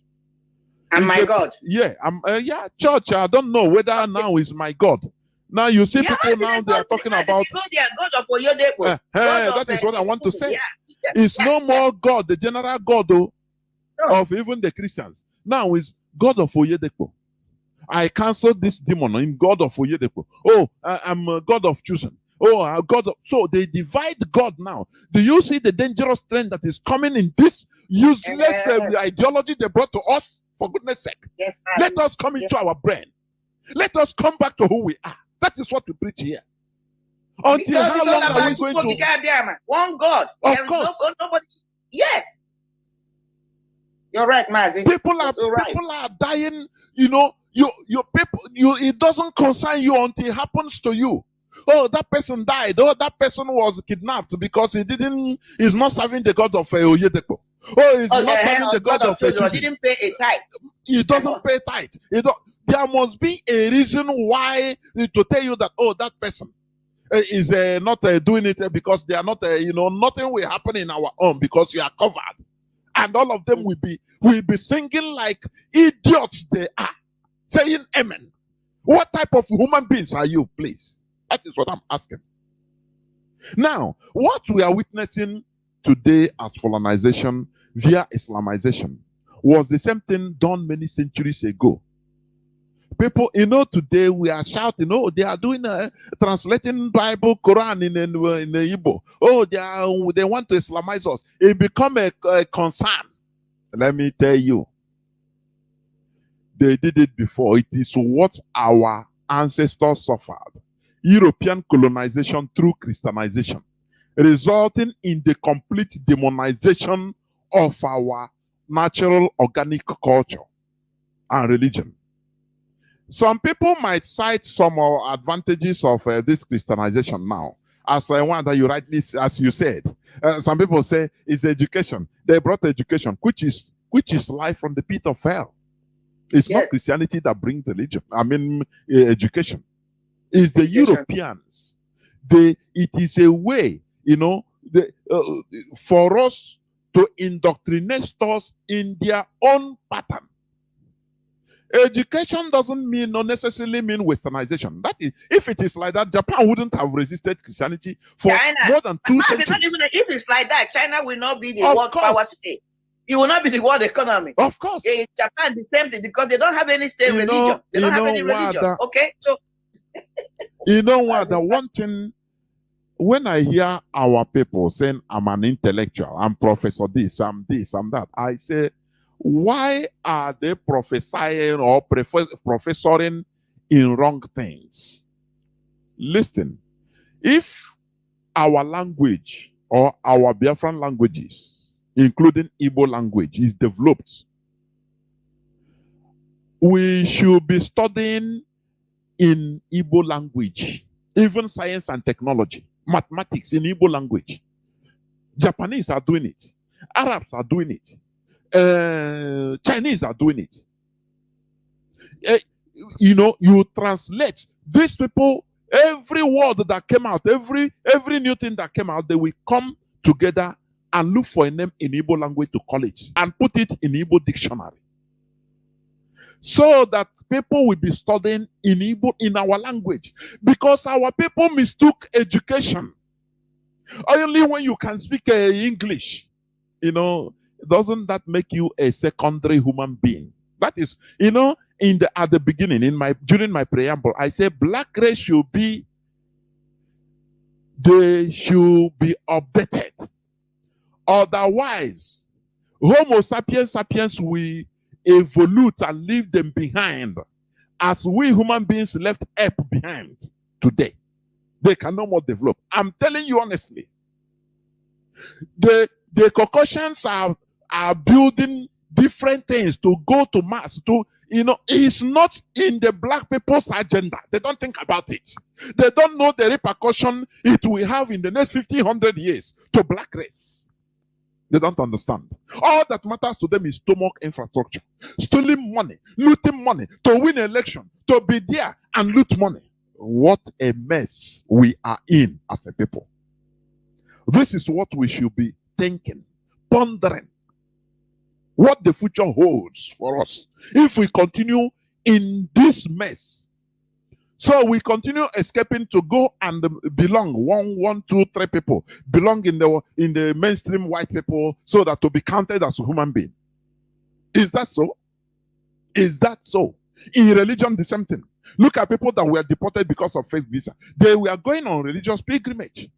To the people they take as the same father, the same blood. They are ready to kill their fellow black because of these people, but they deported them. They didn't have no sentiment about it. You're going too far to say fellow blacks. Their own family, which is the fear somebody like me is having, because when you go and study this religion, once you are tagged an infidel, which is not, you don't believe in that religion, don't practice it, they will regard you as a swine. You are a pig, and then Allah will reward anybody that kills the infidel. So that's the danger of this religion. They preach it, it's in their Quran. People can try to deny it, it's embedded in their Quran. So that's the danger. These are people that are telling you that because you pray, you belong to this particular religion, you are all one together, okay? And then you can even kill your brother. When you kill your own family, your own mother, your own sibling, Allah will reward you as long as the person is infidel. But now this person travels to the same place. That's what you're bringing out, Mazi, which is very, very powerful. Now they're telling you, without government authority, without authorization, that relationship is null and void. That's what you're trying to bring out here, which is very powerful, Mazi. Of course. Yes. Of course. So as I was saying, what we are witnessing today as colonization via Islamization was the same thing done many centuries ago. That is European colonization through Christianization, resulting in the complete demonization of our natural organic culture and religion. Some people might cite some advantages of this Christianization now. But look, let me tell you, if the Fulani succeeds in colonizing us now through Islamization, our future generations, maybe in the next 200 years, they will also be citing the advantages of Islamization. Don't you know that? They will be singing praises of the Fulani that time. The same way with, oh, they brought these Europeans, oh, they are our savior, they this and that, they do this. You didn't know what happened at that time. This jitre, the same way we are jitre now about Islamization, is not up to half of how jitre our ancestors were. It is the same thing. Na ndị ụka abịa na no kwa ndị ụka. Eburukwe na onye a. Asịkwa na nwoke ke na afọ ọsọ na oche njikwe na na-akụzi another thing. Na omenala ya adịghịzi mma. That is what happened. Because they brought another ideology that is different from ours. Totally different from ours. Normally in our culture, our religion, we don't even believe in, trying to change somebody to enter into our own religion or culture. No. It is our way of life. That person have his own way of life. That foreigner has his own way of life. That is how we are as a people. But these people, all of a sudden, they came into our land. Say they are doing business. From business, you enter another thing. They need the land. From land, they enter another thing. Oh, this thing you are doing, it is not good. It is evil. Oh yeah, if you refuse, they kill you. That is what happened. Do you know that King Leopold II of Belgium, he killed? I used to sing it here, and I will continue saying it so that black people will understand themselves. King Leopold of Belgium, he killed more than 15 million Congolese. Do you know how many Britain killed in our land? Do you know? In West Africa, in our land, in order to carry us to push us to the way to heaven, in the name of Christianity. After they print a Igbo Bible, the same thing now you are shouting, oh, Islam, oh, they are bringing Bible, oh, Islamic Bible. I mean, in Igbo language. That is the same way our ancestors suffered. Do you understand? But because you were born into that system, that is why now you become numb to it. You become normal thing. Because the school you went, the school we went, where the parents were born to, we are raised in that foreign religion. Now we become normal. The same thing. Normal, and we are defending it. Yeah, we are defending it. Citing the goodies in it. Oh, the advantages, the benefits, all this and that. That if Fulanization through Islamization that is going on in our land, if it goes unchecked, if not for IPOB, once our people start bowing down to the Fulani Caliphate in the name of Islam, let me tell you, in the next 100, 200 years, people that time will be born into that system. They will continue showering praise and defending Islam and Fulani. That, oh, these are the good people that brought us, open our eyes into going to heaven. Exactly the way you talk about Christianity today. Exactly. The way you defend Christianity today is the same way. If this thing continues unchecked and our land is Fulanized through Islamization, before God and man, people in that generation, they will be praising the ideology, praising those that brought it to them, that they did good things. So, do you see? That is how it is. But Mazi, there's another thing you said in a couple of some of our brokers here that adds up to what you're trying to say today, which is disrupt. We're talking about evolution and people that have left behind. Now, if we can go back in history, honestly, we can see that the introduction of Western this Christianity, which is the Western culture, kind of slowed us down. Slowed us down. Why that? Yes, because that transitional period, for you to learn this new culture, learn the language, because when these colonial masters came and began to assert their footsteps into our land, there was a moment, if you go back in time capsule, there was like standstill. for us, because you have to learn their culture, you have to learn their language to go forward. So there were moments in time we lost. That's what is coming to happen again if this Fulanization agenda is not strongly opposed and stopped. Our people must understand, because we have to learn this culture of the Arab. This is an Arab culture that brings into us. So again, people are moving forward. We are not even moving forward. We want to go back again or stay stagnant for some time, because you cannot move forward. Because now look at even what is happening in Zamfara. They are telling you that the farmers cannot farm because they have initiated Sharia law. All the progress they made so far, they have rolled them back. Mazi, there was a school that was burned down yesterday or today. No, this morning was burned down. I think in that same Zamfara. Because what? These Islamic ISWAP do not believe in Western civilization. So our people must understand what we're trying to get ourselves into. This translation of Islamic Quran to Biafra Igbo language is not going to do us any good. It's going to send us back. Because they're going to bring in their Sharia law, whether you like it or not. It's a matter of time. They'll be telling you now, oh, it's just for people to be able to understand what is written in the Quran. No, that's not the agenda. That is what you call foot in the door. What they're using to step in.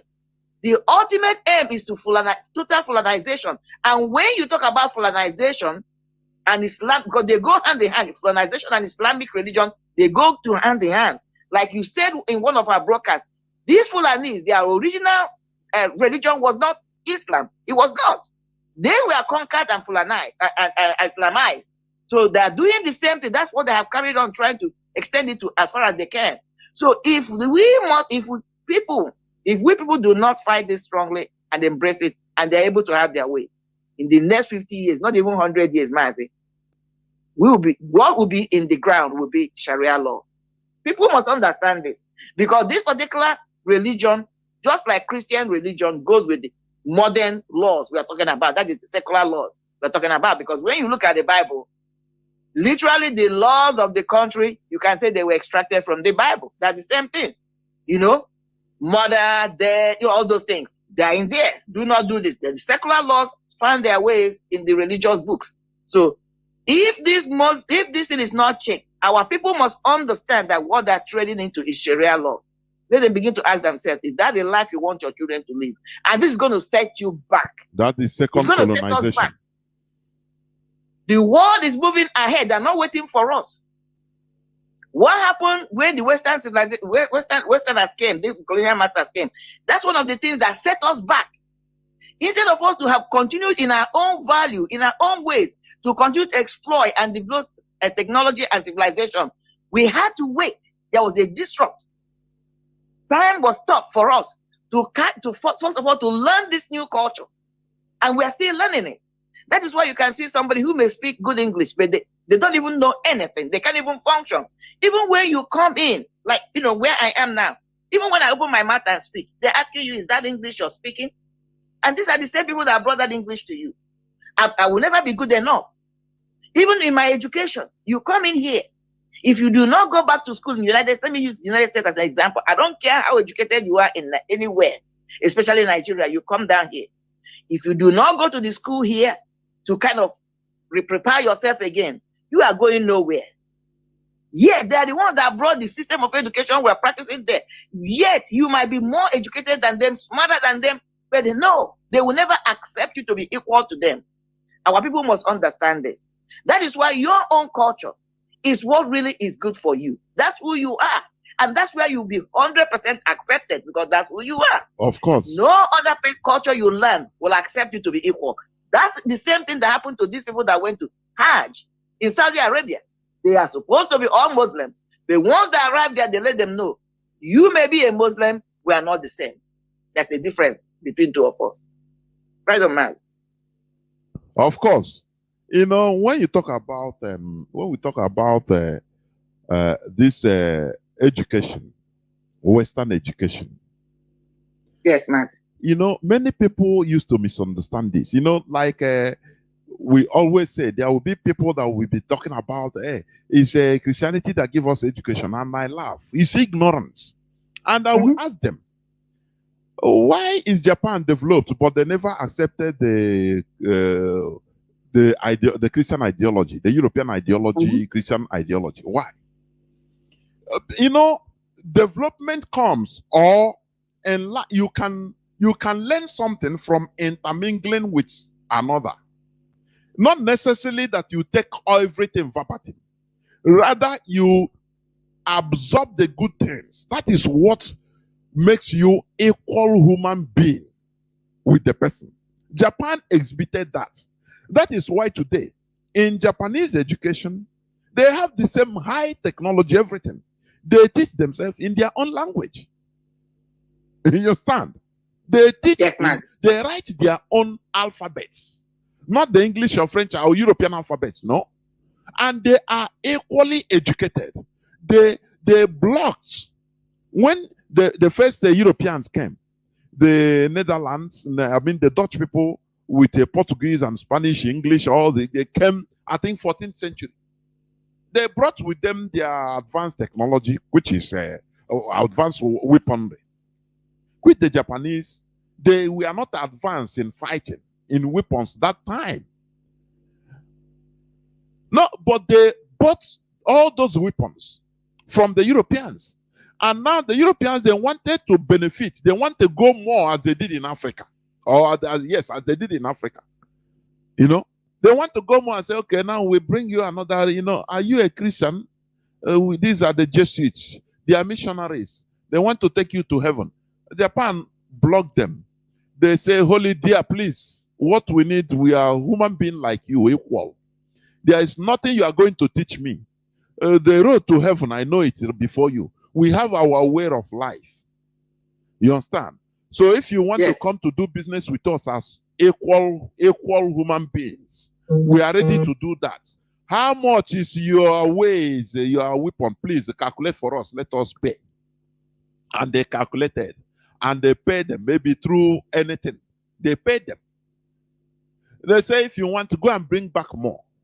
The Europeans, they know. They understand. They say, okay, we are going to go back to bring more for you. You say, okay, go. Japanese, being reasonable people, they understand the code. That these people are coming back with more ferocity.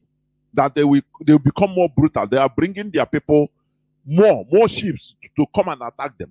What Japan did was to multiply. That all those sample weapons they bought from Europeans, they used their own initiatives and went and multiplied it. They researched in their own way, in the bushes they are, in their islands, the archipelago they are. They researched and, multiplied, photocopied everything, mass produced the whole things, waiting for the Europeans to come. So that to meet the surprise of their time, of their life. And that is what they did. Because the European couldn't imagine that this type of people will have this type of brain to go and manufacture, photocopy what we give them. In Africa, instead, if you give them, what they will do? Africa, they will go into or start molesting their own people with that weapon, killing their own people with that weapon. That is the difference. That is why I say, are we sure that we are equal with these people? Are we sure? Are we sure? Japanese, they didn't imbibe in speaking English or Dutch or any European language. Look at today, how brilliant we are. Because you must, first of all, you have our own natural language. For example, we, Igbo. Now, for you to go from kindergarten, you start learning English. Do you see it? Francophone, we start learning French. It becomes another burden for you because it's not your natural language. For you now, from there now, you start learning the subject you want to learn. Don't you see that we're supposed to be the most intelligent people on earth even? Can you tell an American to, first of all, okay, bring an American, say, start learning Igbo. Now from there, how many years will it take him to learn Igbo? From there now, start writing Igbo language, use it to pass exam. Just tell, sometimes we are misusing our intellectual capabilities as black players. I'm telling you, we are misusing it. Yeah, exactly. What you just said, Mazi, yeah. Because, again, it's time wasting. trying to understand, you're learning this language, you're learning that, the time you will use to focus on thinking. Because what you're bringing out here, Mazi, as I'm thinking about it along with you, is that somebody is educated or learning. Let me use the word learning. Learning is not my ability to speak another language or a foreign language. Rather, learning is my ability to engage my mind to solve problems. That's what learning is or should be about, and which is education. Because, as you were talking, I was thinking, Mazi, if we reflect back, there are certain things our ancestors did or were doing. They didn't learn English. They came up with these things through their own belief system, speaking their languages or dialects. One example that is coming to my mind, Mazi, is the act of palm wine tapping. Somebody might say, how did I get there? Mazi, I was reflecting on it the other day. The act of palm wine tapping. How did they get to that point where you have, because in my own place, it was not brought to us by a European, so it's a locally, local technology, local knowledge and understanding that came to somebody or some group of people. That's what I'm saying. Not only do they know to go up there to cut up some part of that tree, but in my place, when they are tapping this wine, there are special leaves they use to put in there. Yes, that's learning. So that's what I'm trying to say here. And other things they did, like all those things. The carving they were doing, smelting of bronze and iron. The Western civilization did not bring it to us. In fact, we were doing it before they came. When you got the time of learned from us. Bronze Age.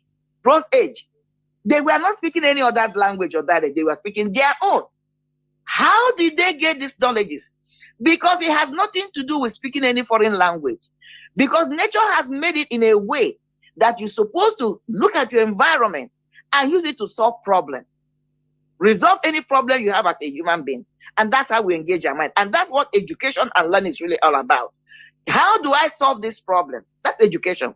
The whole aim of education is trying to solve a problem. It has nothing to do with a language or dialect or culture. As long as you're using today, our people will take education as I'm highly educated. Ability to engage in somebody else's culture. That's what I'm saying. You see somebody say, I'm a professor, I'm a professor for engineering. But meanwhile, when you want to build a bridge in Nigeria, you're looking for an expatriate. How do you reconcile that? But meanwhile, this one is PhD, engineering, mechanical or civil engineering. Is this individual really educated in that profession? If you ask somebody like me, I would say no. Because what the person just learned is the language. The person did not go through the process to understand what he or she claimed to have acquired. Which is the main problem we are having in Africa and Nigeria in particular. They have this dependency quality. They want to depend on people to solve their problems instead of engaging themselves to think a way to solving their problems. And these problems I'm talking about are local problems. Look at what our ancestors did. Somehow they realized, because, something like cement did not just come into our land, like Nkalago cement, all those things. The raw material for cement did not happen overnight. Even refining this production of ogogoro, kai. It has been there. The technology, the knowledge have been there before the white man came. That's what I'm talking about. That's it. If we have continued evolving this thing, this knowledge, that's what you and I are trying to speak here. This is a serious industry that would have been providing this, jobs for our people. Even a young man in our place would have known how to process this ogogoro, make it our own trademark, make it better. Instead of buying a cognac, buying a schnapp, we will have our own. And that's the job you're creating. So, but what have they done? They made us to know that, no, we have to buy into their own culture and ideology, solving their own problems, not our own local problems. Because what our ancestors did was they used their own mindset, their own learning processes to solve the problem. That's how you come up with something. There's a reason why you will always have a problem in the world, is to engage us, to provoke us to solve that problem. And most of the problems are local. Look at what our ancestors did. They found out that building with mud keeps the environment cool. That's air conditioning. You don't need any air conditioner. Once you engage in that. So what would have happened is that we would have continued to start building with bricks, burnt bricks. But they've advanced the technology, evolved it to where even other people will come to emulate from us. But what we are doing is they have made us to be so dependent on them that even now that we are having political crisis, we are still looking up to them to come and solve our problems. That's what is happening. And then other people like this Muslim Islamic thing, they have seen that this country or continent is a fertile ground where they can come and insert themselves and begin to continue to exploit the people. That's the main reason they are translating this thing from Islamic dialect or language to Igbo language. Let nobody tell me it has anything to do with philosophy. No. Saudi Arabia is trying to find a way to insert themselves into this particular ethnic group. Because if they will succeed in getting our people now to buy into this Muslim thing, majority of them, our people will start going to Mecca. That's economic right there, like what we just said. And then the allegiance will be to Saudi Arabia. Control again. So two things will be happening. They will control the mind of the people. They will tell you how to live your life. They will tell you the code of conduct, how even what to eat, what not to eat, how many times you can pray, and then insert their own Islamic laws into your society. And then at the end of the day, you will carry your money and go there and give it to them. Continue to impoverish your society. The same thing the Chinese are doing now. They're coming in and giving us loan to do what? To still take control of the people. So it's all politics. It's all about economy. Religion is the tool they're using to achieve this, Mazi. That's what I'm, from what you just said now, that's how I'm reading it. Of course, we must continue. Do not forget that we are talking today on religion and politics, part 2. Now, as we are continuing, Christianization was the conversion of societies to Christianity, beginning in late antiquity in the Roman Empire and continuing through the late Middle Ages in Europe. Outside of ancient Europe, the process was significantly reversed in the Levante. Levante is the Middle East, Arab world you are seeing today.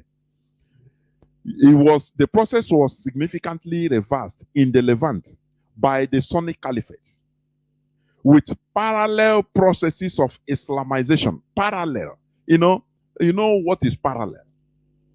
Mazi. Yes. Because before it was Christianization, now it now started being reversed in a parallel way by another parallel process they call Islamization. That is the beginning in pre-Islamic Arabia and the Near East. Various strategies and techniques were employed in different regions and time periods. Often the conversion of the ruler was followed by the compulsory baptism of his subjects. I'm talking about Christianization. Compulsory baptism of his subjects, often leading to the marginalization of previously practiced religions.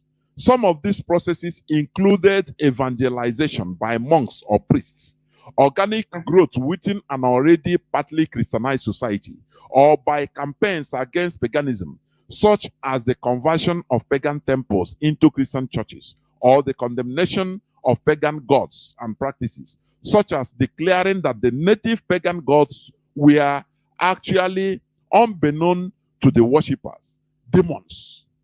They came to our land. This word, we need to do more research. Yes. Because in our land, there is a community they call Umwekwensu. It's a god, is a type of deity in our land.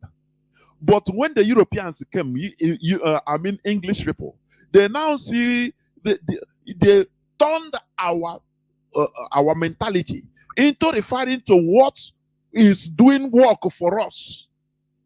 The spirit that is working for us. Now they turn and say is a Ekwensu.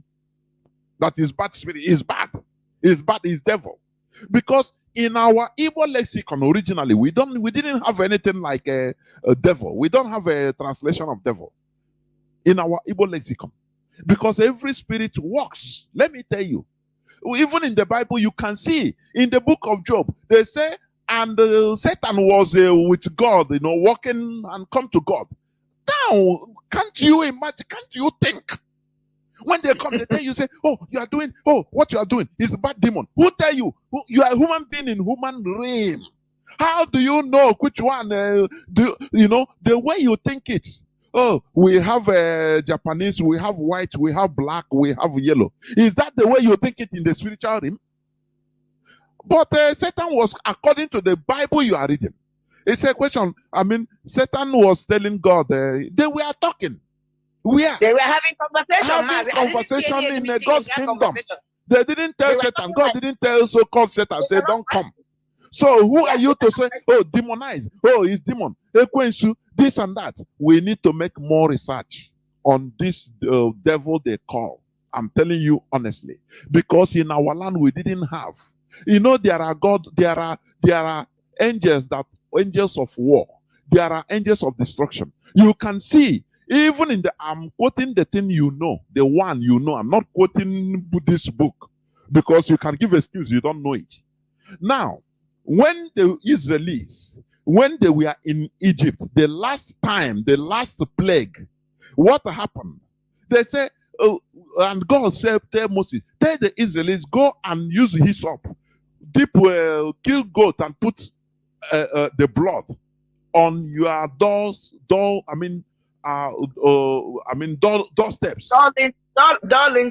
lintels, yes. In order so that when the angel of death comes, which means angel of death is working his work, for goodness sake. Mazi. All these things are working. It's just like positive and negative in electricity. Without in positive, everything. You cannot Mazi, I'm a student of duality. I believe in duality. I'm a student of duality. Exactly. I believe in duality. Yeah. Sometimes even the Israelis, when they sin against God, when God wants to kill them, for example, he will send the angel of death that doesn't hear come back. Wonder when they told when David sinned, and they gave him 3 options through the prophet of God. I think Nathan or somebody. They said, go and tell David, 3 months you have to choose among these 3 options. Because yes, I've forgiven you, but it comes with punishment. Because our people think that forgiveness is just you forgive and everything is no. Forgiveness comes with the measure of the punishment. That is how it is. So God tells you, okay, you have to choose 3 months of conquest from your 3 months of famine. Agro, famine, no food in your land. 3 weeks of conquest from your enemies. Now, or 3 days of destruction. Sickness that will destroy your people. And the devil say, oh boy, God, I beg, it's better to fall into the hand of God than to fall into the hand of man. I choose the 3 days of destruction. And God said the angel of death. I don't know. I want to bring out that thing. Angel of death. For you say it's a demon. It's a demon. It's bad spirit. If it is bad spirit, why is God using him? That is a very big question I ask people. You that is calling devil, think that it's like that. You are Anambra, Amimo. This one is a Bayasa man. You think that is how they are in the spiritual world?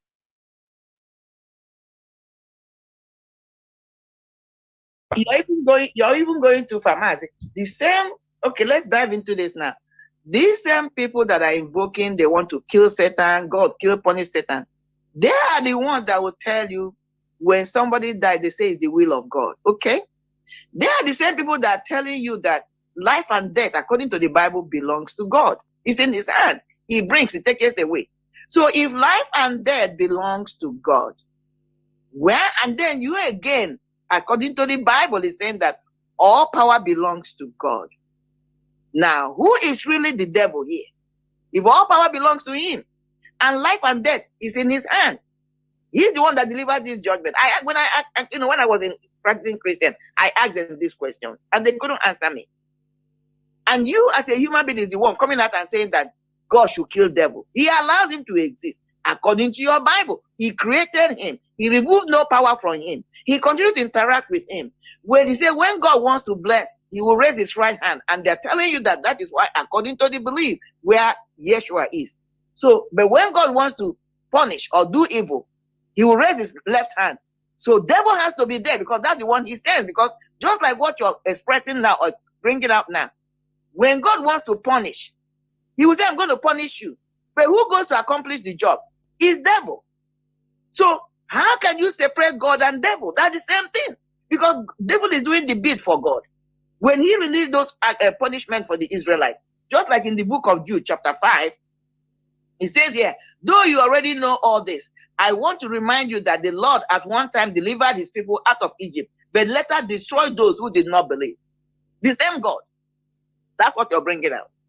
So, but people don't understand that. They look at God and Satan or devil, whatever, that like we in human element here, talking about you are belong to this, don't belong to this. All these things work in harmony for a system to work. I am a dualist student. I believe that everything in life goes to duality. You have day and night, male and female, everything, evil and negative, they all work for the goodness or for the purpose for us to be here on earth. So, but we're not going to religiosity. I don't want to dive too much. Of course. I don't know even how I digress, but we must continue. We must continue. Yes. Now, yes, there is a long history of connecting Christianization and colonialism. It's a historical fact. What we say here is historical fact because it is ignorance that is killing our people. A strategy for Christianization was the practice of converting native pagan practices and the culture, pagan religious imagery, pagan sites, and the pagan calendar to Christian uses. And now, what is pagan? I've explained this here. I've preached this here. Pagan is derived from the Latin word paganus, which was used at the end of the Roman Empire to name those who practice a religion other than Christianity, Judaism, or Islam. Early Christians often use the term to refer to non-Christians who worship multiple deities. Therefore, when you talk about pagan, all these are words coined by a human being. At the end of the Roman Empire, towards the end of the Roman Empire, the pagan you are hearing, pagan, you are worshiping this, you are worshiping. No. It is not for you to say. All these things is what the Europeans put in our brains, and they continue tormenting and haunting us to be arguing with each other, to be fighting with each other.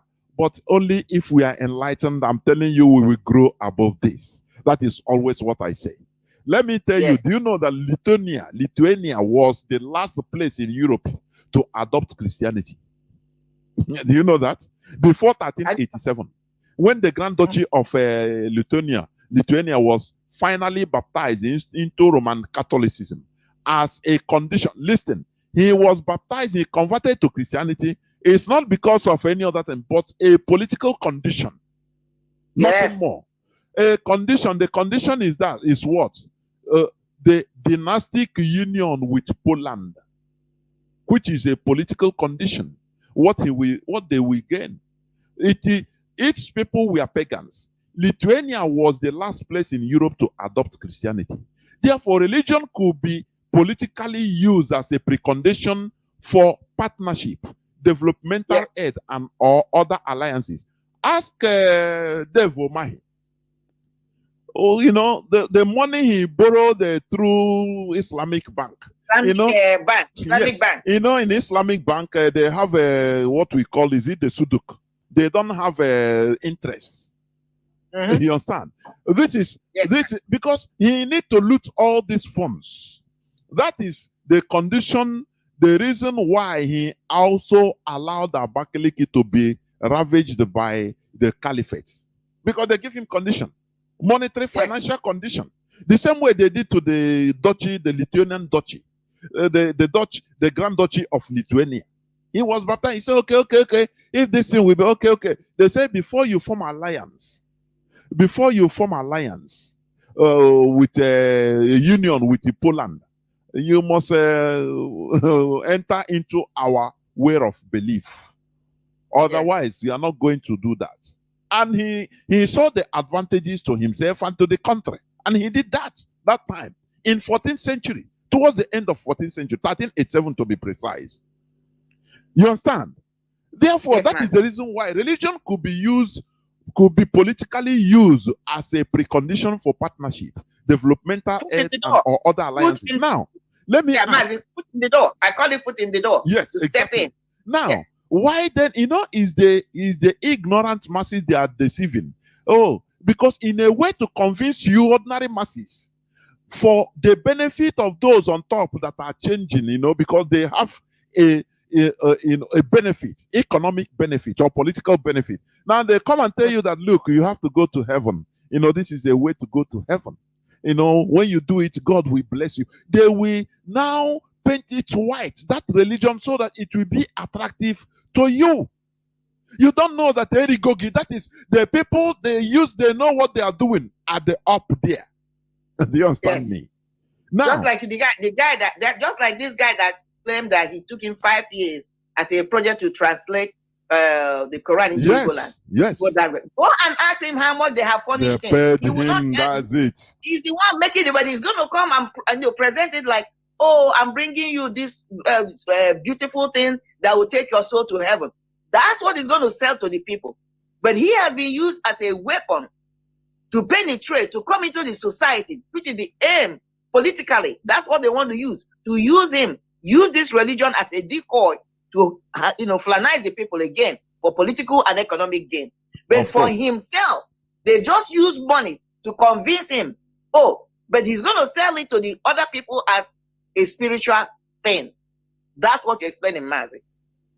Of course. Let me continue by saying that Christianity is targeted by critics of colonialism because the tenets of the religion were used to justify the actions of the colonists.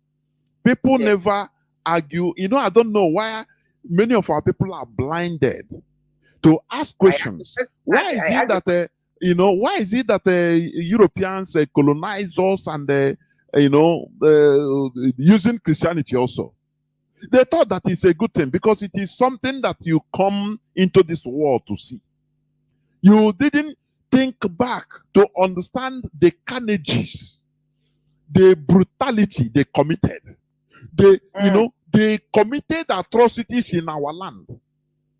So that people were forced to enter into this religion. Do you know it's the same way you are afraid of Islamization? You understand me? That is what they suffered. Now, one researcher, Jan Hebua of Sudan United, not researcher, sorry, Jan Hebua of the Sudan United Mission said that colonialism is a form of imperialism based on a divine mandate. Do you see? And designated to bring liberation, spiritual, cultural, economic, and political by sharing the blessings of Christ-inspired civilization of the West with a people suffering under satanic oppression. Do you see it? Ignorance and disease, affected by a combination of political, economic, and religious forces that cooperate under a regime seeking the benefit of both ruler and the ruled. Do you see their ethnocentrism? Do you see their racism? That is the way they convert. They force religion on you that you are a savage. We are savages. These people, as they are killing us, they say, the same way Islam, when they kill you now as an infidel, they want other people to convert. That is exactly this. That is what I'm telling you now. Christianity committed the same thing. Of course, it committed the same thing. People don't ask, how were we colonized? How come we change our people all of a sudden carrying Bible? How?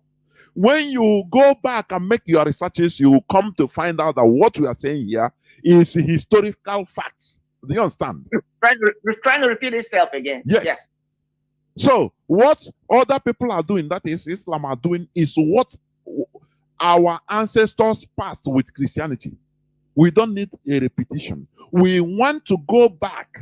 we are battling with even the one they put us that stagnate, help in stagnating us by mentally caging us into not moving forward. I'm telling you honestly.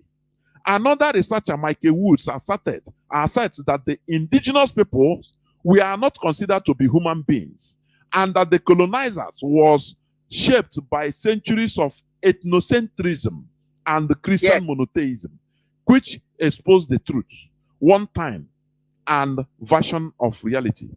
You see, because they mention, the clip I played before I started, where a BBC journalist asked Paul Kagame a few days back in Rwanda about virtues, about values. Why should you talk about Rwanda, this and that? That Rwanda, there are people in jail that what about the value? They don't have the value. Now, this man, Paul Kagame, I say I love this man, honestly. He started educating the BBC journalists. How do you measure value? Is it one-sided? Britain, Europe is your value. Once you measure us with your own, what you think is your own value. That is what the morality these Europeans use in killing us Africans and criticizing us or Christianizing us, saying that these people are savages. How do you call us savages? How? Europeans, they were savages also. Do you understand? They were. Yes. So it is human evolution. It is revolutions, enlightenment that made them to start bringing down savagery. You understand? And you shouldn't measure people based on your own value. That is what is called ethnocentrism.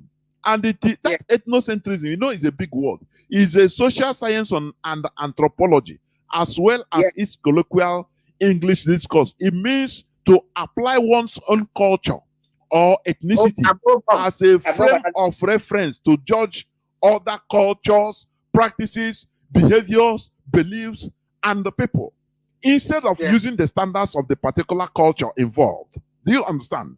Since this God judgment is often negative, some people also use the term to refer to the belief that one's culture is superior to or more correct or normal than all others, especially regarding the distinctions that define each ethnicity's cultural identity, such as language, behavior, customs, and religion. In common usage, it can also simply mean any culturally biased judgment. Ethnocentrism is sometimes related to racism, stereotyping, discrimination, or xenophobia. So that is why when you know that when you start preaching to somebody to follow your religion, na chegaria, na this and that, Bible, do you know that you are showing the person that your own religion is superior to his? That is what the Europeans instituted in our land. People don't know this. People that are our people, our way of life. We believe on equity. That is we. The same because people that believe on equity, they don't try to convert others to follow your way of life or to follow your religion. You understand? The same way Japan is a symbol. Yes. A symbol of our religion. Exactly. Ofonogu. Yes. Because you cannot start going to someone and say, come and believe in this and that. Come and be in our own religion. We don't do it as Biafrans. Because we believe that once you are in this particular world, you come into this world, you belong to somewhere. I have no right to come in order to start changing you.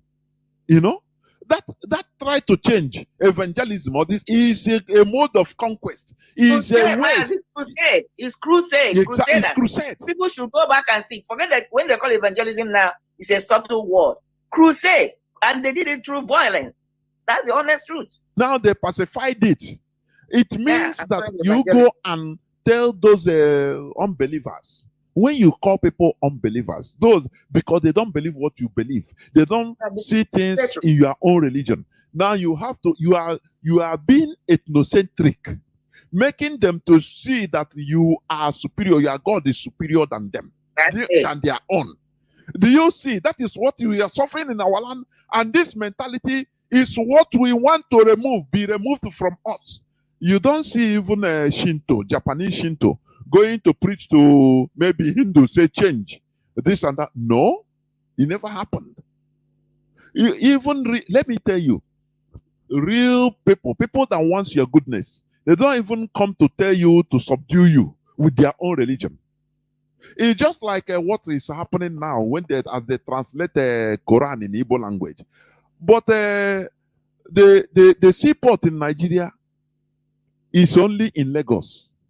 Yes. They block all those things from us, but they want to show us the way to, I don't know, is it for us to be updated before? I cannot understand it. I'm telling you.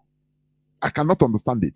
The same way the European so-called Christians, they are very good and powerful sending. I could remember in the 80s and 90s, if you write, they send the Bible free of charge everywhere in our land and tracts. For now, I start rethinking. I say, okay, they want us to follow the good path to spirituality, right? But Yes. other little things they can do for us here on earth. Why not show us, send us tracts? Yes, why not send us tracts on how to manufacture aeroplane? Why? Yeah. Why? It will be more beneficial to us. How to treat land, how to treat soil so that food will grow very well on that soil with modern technology. Why not? Why not they do it for us? No, they are showing us a common belief. This because the one you're asking now is for them to show. If they show them to you, give you the blueprint of all these things, then you become a competition to them and by even override them. And they don't want that. Because it's all about economy and politics and control and power. So the one that are giving you free, they know it's taking you nowhere. Rather, it's something that will pacify you so that they can have their way. It's keeping you subjugated. Exactly. When I took African American history and here, when we dealt with what is it called, slavery. Mazi, do you know that those slave trade ships they were using to carry our people from the shores of West Africa? Do you know that the slaves will be chained at the bottom of the ship? Meanwhile, the church is on top of the sanctuary is on top of the ship, the same ship. So now Mazi, I cried. Mazi, now if people cannot go back, I know there's a reason why they're hiding history from us. And there's a reason why our people don't really, I think some of the reason why our people are not getting this. We should go back to history. And thank God for Google. Google is free. Go there, make your researches. You will see things that will provoke your mind, make you angry. Mazi, during that class, our lecturer first of all told us, she has to talk to us. Let emotions not run high because what we are going to, she was going to expose to us. Mazi, I wept. I'm telling you. People were murdered, being raped, chained under the belly of the ship. These merchants, some of them were ministers. They will finish raping the women. We are Christian ministers. When you say ministers, many people will not understand. They think it's Minister of Justice in England. Christian pastors. Christian ministers. Christian, this thing is, I don't know why this thing came to my mind. This is one of the things I don't like to remember. I wept, and I'm always vocal. I was so vocal in that class. I said to my instructor, I said, I'm glad I wasn't born at that time because I don't know what I would have done. I would have probably committed suicide. That was how emotional I was, Mazi. The atrocities that were committed in the name of church, in the name of Christianity. Most of these merchant slave traders were Christians. They were Christian ministers. That was their business they were doing. They will have these slaves, your fellow human being. You're telling me that we are all created equal, that you believe that God is for everybody. You put chain on them. These chains, some of them you have used some hot irons to mark them. Some of them can't even eat. You pack them like sardines as they are dying. You're throwing them Anyone into that the died, ocean. every day they go Mazi, and check dead the number people, that died, they'll throw them inside the sea. you know, threw them inside this ocean, inside the sea. And when you finish this, raping the women, making the men to sleep with one another, you go up on top and conduct church service. I ask myself, what kind of God are we talking about? Was he not seeing this thing? It's the same thing happening today. You will see pastors in the so-called sanctuary. They will say they're doing rituals. They will bury human beings. You will see them. They will committing all manner of atrocities in the name of, he's a pastor. He's sleeping with women around. That's when I began to ask, do they really believe in this thing they're preaching? Okay? He's sleeping around in the sanctuary. And this God is watching. And then you will come on Sunday to preach to me. Fornication is a sin. If you fornicate, you're going to hell. If you do this, you're going to hell. If you steal. Meanwhile, the pastor is inside that church committing the same sin. I'm asking, where is this God? Because during the time of my ancestors, the land would have risen. Our God would have risen to deliver judgment instantly. And that was where you begin to have Arokwose, which is what they call Arose. Arokwose. When those things will be happening, our ancestors will come together and invoke the God of the land. And he will deliver judgment so that Arokwose. But now they brought us this so-called religion that whatever you do, they say, don't worry, God will judge. That is why Aroje Bawanye instead of Ekose. That's where we are. That is why these religions, these particular religions are the problem we have. No religion is better than the other, but your own value, which is your religion, is much, much better because that's who you are. That's what we are trying to bring out here, Mazi. And people need to understand what we're saying. We are not barraging any particular religion, but what is you? Because you are the one that formed it. You are the one that came up with the concept, the values, the norms of the society. That is what builds society, not when you borrow somebody's own who has an agenda. They are bringing it to you, not because they love you. They are bringing it to you because they want to colonize you. They want to subjugate you, which is what we are suffering. And now we are the one defending that religion. The people that brought the religion are not even defending it. It is us over there. That when something is happening to us, instead of going and take action, just like Danjuma is telling them, okay? He didn't speak that yesterday. And, go and carry arms. Do whatever you can do to defend yourself. Now you're telling them to pray. But then the people that brought the religion to you, when they are facing the same situation, they follow reality. They take care of the business. They don't start calling for prayers.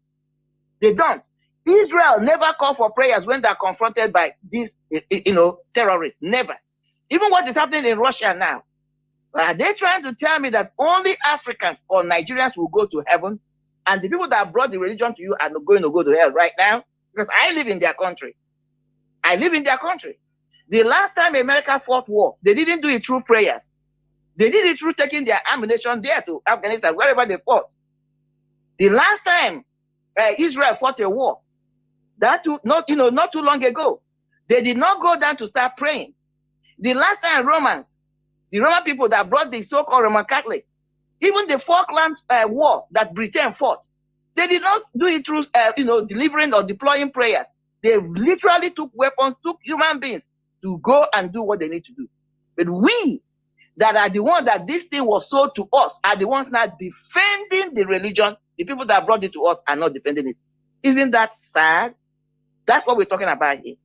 It's so sad that we are the ones now, instead of focusing on ourselves to be. So why wouldn't they take us to be subhuman beings? Because I brought something to you, and that thing I brought to you is what I'm using to marginalize you, subjugate you, control you. I'm not even defending the thing. I don't even believe in that thing anymore. You are the one defending my cause. Isn't that crazy, Mazi? That's what we're doing. It is really. I will conclude before I open my lines by saying this.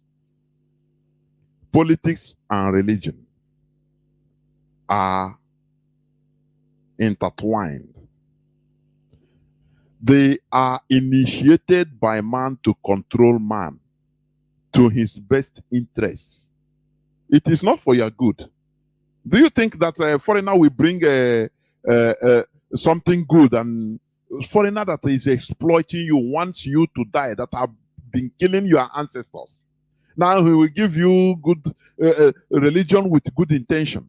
His intention is to dominate you.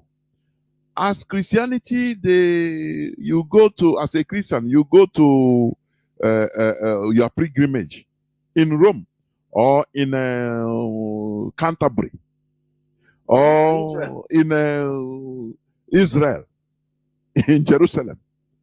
It's not because it's not yours. So you have to, that is it. They must measure you with their standard. Everything you ask them, you remain a perpetual student to them. No, this one is not like that. You have to contact Pope now. You have to contact Archbishop of Canterbury for his final order. You have to contact the Pope, the Pope, and that of Saudi Arabia, in Mecca, to give you decision. That is it. But had it been you maintained who you are, your traditional religion, you don't need to go anywhere. You are the master of your own self, taking your decisions, knowing what is good for you, the land. Do you understand? In our traditional religion, every sin you commit is against the land, not against one person or the other. That is who we are, because the land connects us. So you sin against somebody, it is a sin against the land. There is a repercussion, because if you don't do something about it to remedy it, there will be repercussions, not only for you, for everybody in that land. There could be repercussions. But in the foreign religion they brought, just simple, very, they made it so easy. Sin again. No, just repent and go and confess. Finish. You are forgiven. Our land continue being annoyed against us because we have forsaken our land. That is it. Politics and religion are initiated by man to control man to his best interest. Emancipation from mental colonization is part of the restoration effort. Our ideology, religion, and identity is Biafra. And Biafra we should continue to portray. That is where I'm going to stop.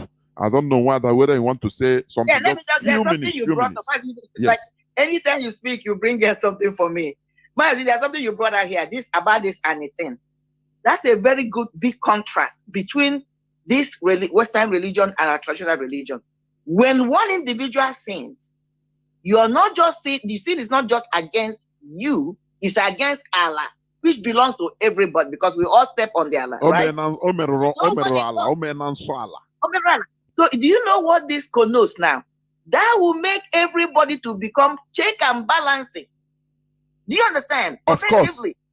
Unlike sorry for interjecting. Christianity smartly came to break all this our collectivity by making it an Oseligu is individual.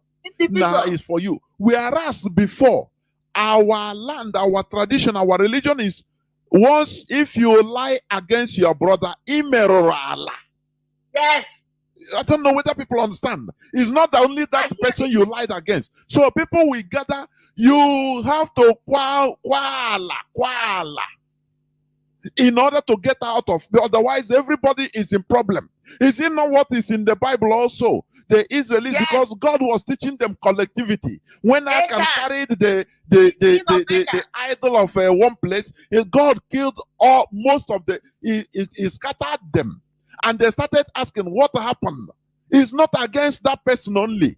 But Christianity smartly, the Europeans smartly came to divide us. They divided us with their religion, so that we will be easy prey for them. Wanda, please round up. Sorry, round up.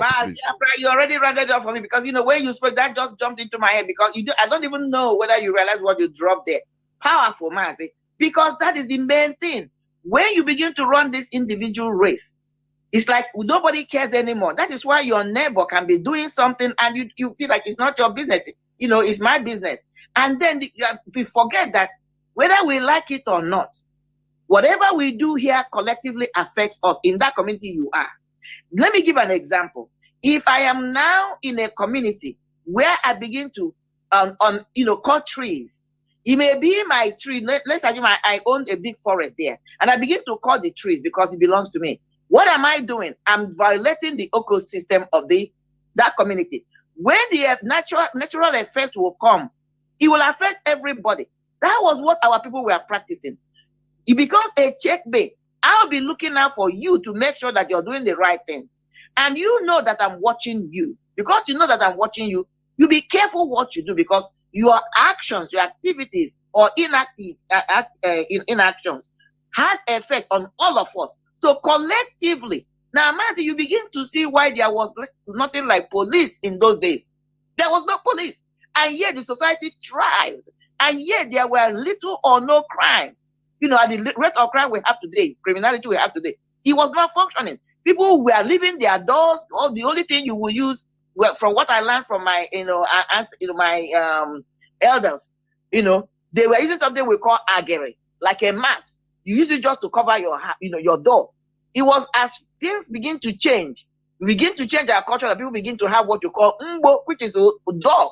And even at that, people were not locking it, and the things begin to go back, begin to put locks. So what I'm trying to say, because of the way of our life in those days, the value of our system, people were collectively, watching out for each other and maintaining civil and order in the society. Look at what we're missing, Mazi. That's what this individual religion has brought to us. So, but we must continue, like you always say, Mazi. Let's ride on. This is where we are going to go on few minutes break, so that when we come back, our lines will be opened and the people we call to make their views known, air their views, or ask questions if you have any. Please do not shy away from that.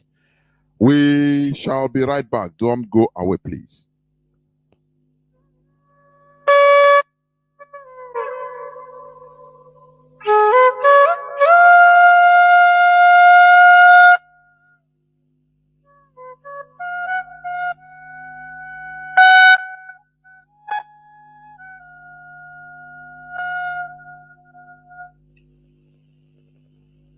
Religion is supposed to be the means of peace, attaining peace. But in practicality, in reality today, every religion has got a base of fundamentalism and involved in terrorism. Can we not make an attempt to create a new world order where there is no religion at all?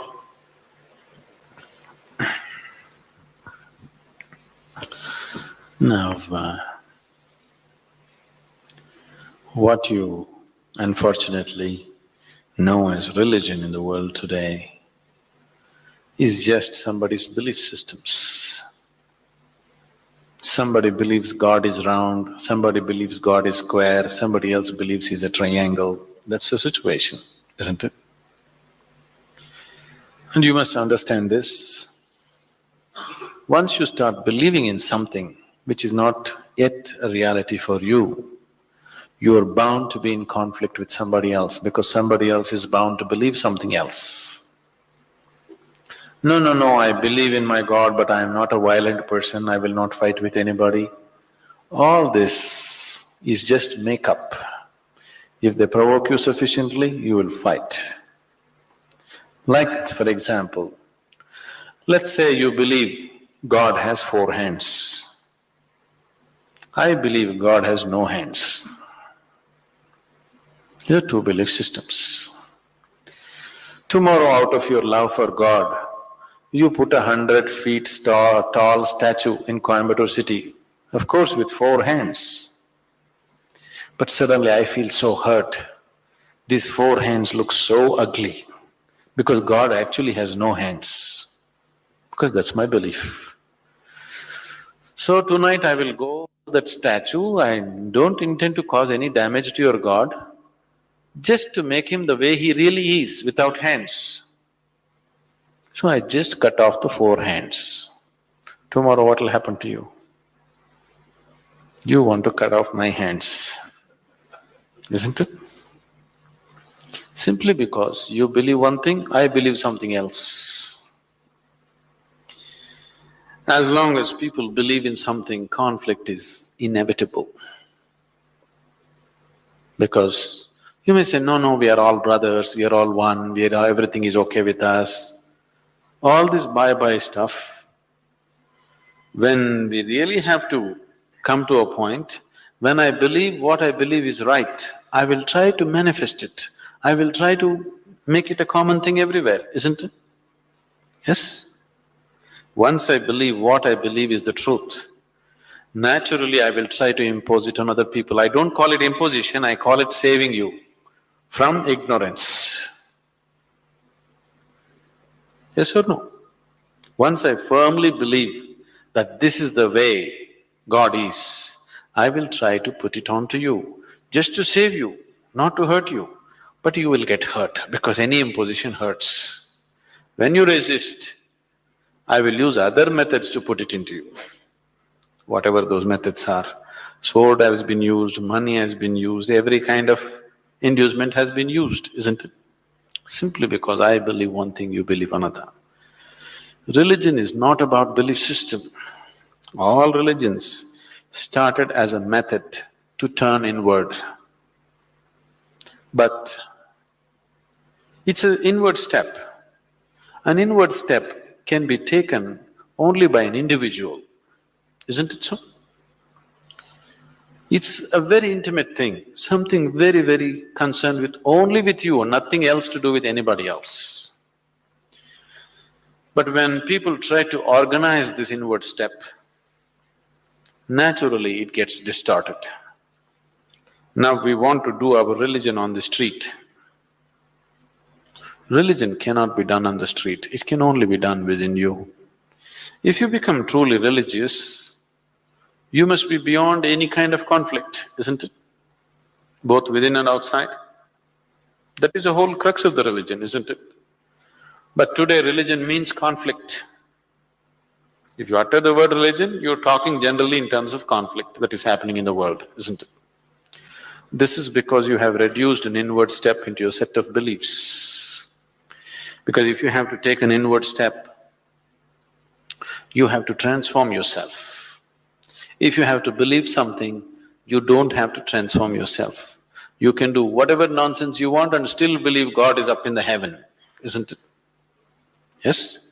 The crudest people, the cruelest people on the planet have always been talking about God, isn't it so?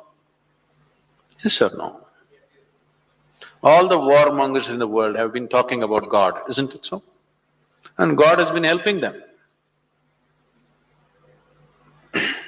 See, the moment you believe something, you have a new kind of confidence. That's the biggest problem. When idiots become very confident, the world is in danger. An intelligent person is constantly hesitating with life.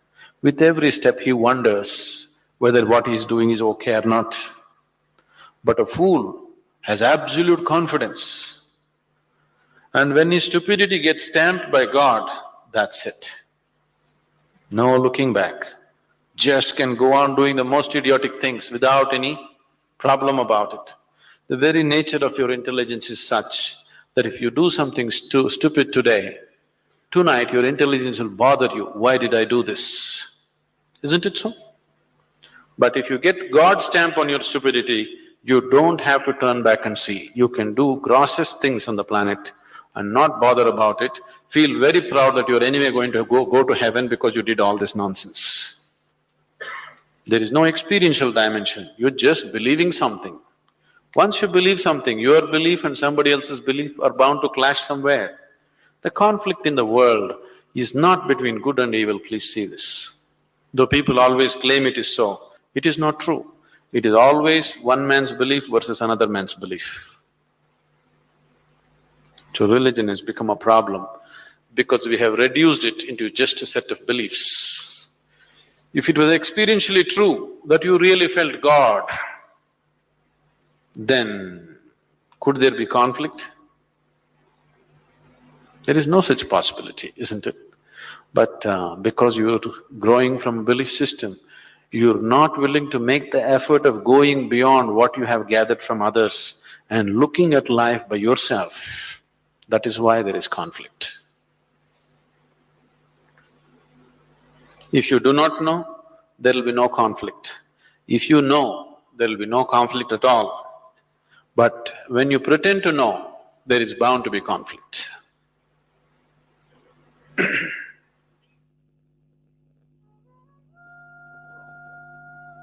Welcome back. This is Radio Biafra Hausa service coming to you through the auspices of Radio Biafra London. My name remains Mazi Jonathan Chinedu from Olu province of Biafra land. Today, I am here with Wada Mariam T. Heather discussing on religious subjects. And the topic of today's issue of discussion or subject of discussion is politics and religion. The second part, because we discussed it, the first part, last Saturday. Remember what this man said right now. If you know something, if you don't know something, there will be no conflict. If you know something, there will be actually no conflict. But when you pretend to know something, pretension, pretending to know, that is belief. Because what you believe, you are not sure. That is why you believe. If I ask you, do you believe you have two hands? The answer is, it's not belief. I know that I have two hands. So it's not question of belief. You believe on something you don't know, you don't see, you are not sure of. Do you understand? So that is it. So the conflict we are having, even in our land, is that of belief. This one believes that God is red. The other one will say, oh, he's white. Oh, he have four heads. Yeah. You continue arguing on people's impositions and suppositions, which you are not sure of. Why not we come home to start from our own self, our organic way of life? That is what we preach here, please. Our lines are now open. Our direct line, as usual, is +1 213 328 6224. I repeat, +1 213 328 6224. Our WhatsApp and Signal line is +61 405 142 547. I repeat, +61 405 142 547. I have a first caller already waiting on WhatsApp.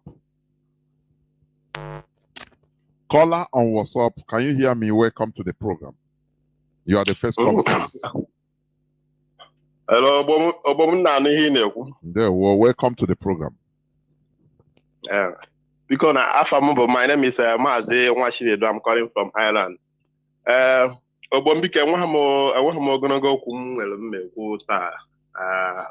Basala topic iji n'aka taa because onye aghọta ndị aghọta most of ihe a na-preach for ndị ekwetara ndị otu m anyị ekwetego so anyị ekwetego just anyị nwee contribution anyị contribute to it biko ihe ọzọ m chọrọ itinye aka na ya ama m na ọ dị out of topic but ka m kwee wụọdịl mụ na ndị BBC so ama m na ọ dị out of topic mana just ka m biko ka m metụ ya obere aka before court it's also part of it. Go on.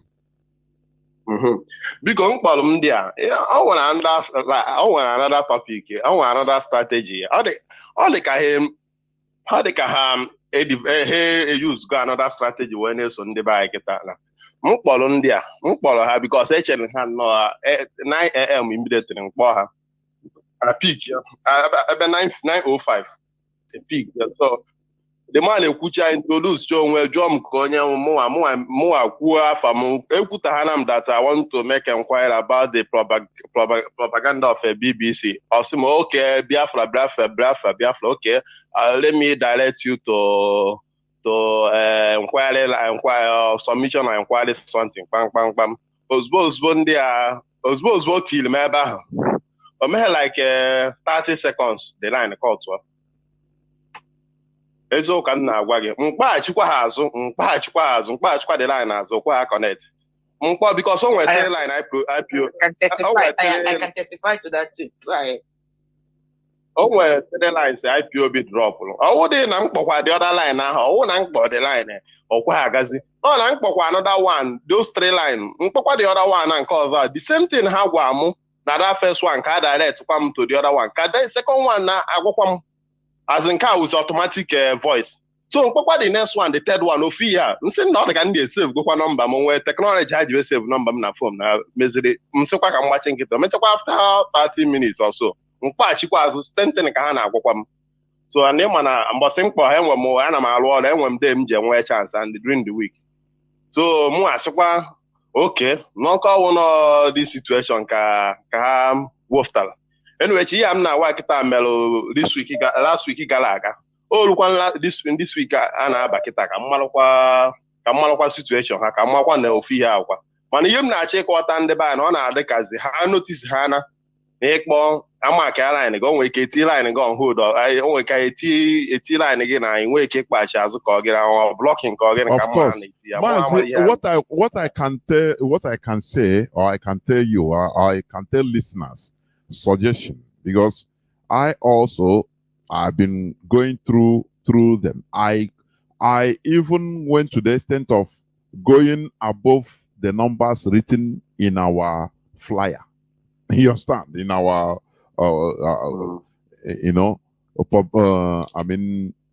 commercials.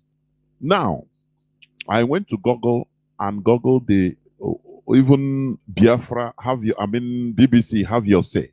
There are voices. There are numbers, BBC numbers. You call now. They will tell you send your voice, if possible your details also, because they can contact you. They contacted me several times when I did this, honestly, by email, by WhatsApp, by So that is it. That is Emma. So we are Biafran. There are numerous telephone numbers which you can use. Also, you can write them. There are ways you can also send your message. They will direct you. Send your message to this place. Maybe not more than 100 words. Now you send your question. All those ones are there too. So you can go to Google. I will not be able to bring it out now, but I have their numbers. There are several numbers apart from the one that have been, publicized in our platform. That is what I will, because if you continue that, they know. So they have many numbers. That's what I will advise you and the other listeners. Okay.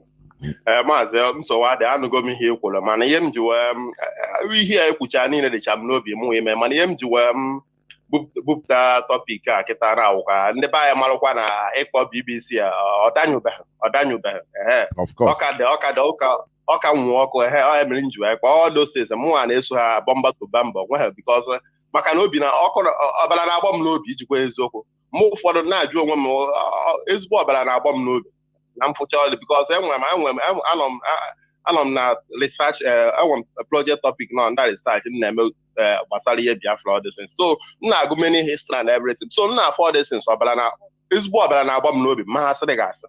So onye m ji wee bupụta topic akwa ka ndị be anyị marakwa na ọdanyụbeghị. Of course, it's in line. Onwere ihe ọzọ m nwere ikwu ihe gbasara topic taa. Topic taa anyị niile ndị esobe ndị aghọtabeghị ka a na-akụziri anyị nwa anyị nọ on the line. Ndewo. Jisike. Thank you very much. We must continue. I have another caller on WhatsApp. Welcome to the program. Can you hear me? Caller on WhatsApp. I had somebody on signal, but he's gone. Even on direct line. I know. Caller on WhatsApp, please go on.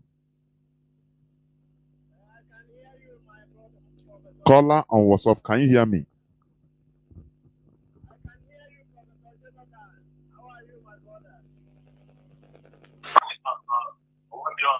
Let me, please, then, if you are not talking, please, I'm coming. Caller on direct line. Can you hear me? Caller on direct line. Caller on direct line. Are you there? Please, go on. Caller on WhatsApp. Hold on now. Mazi, go on.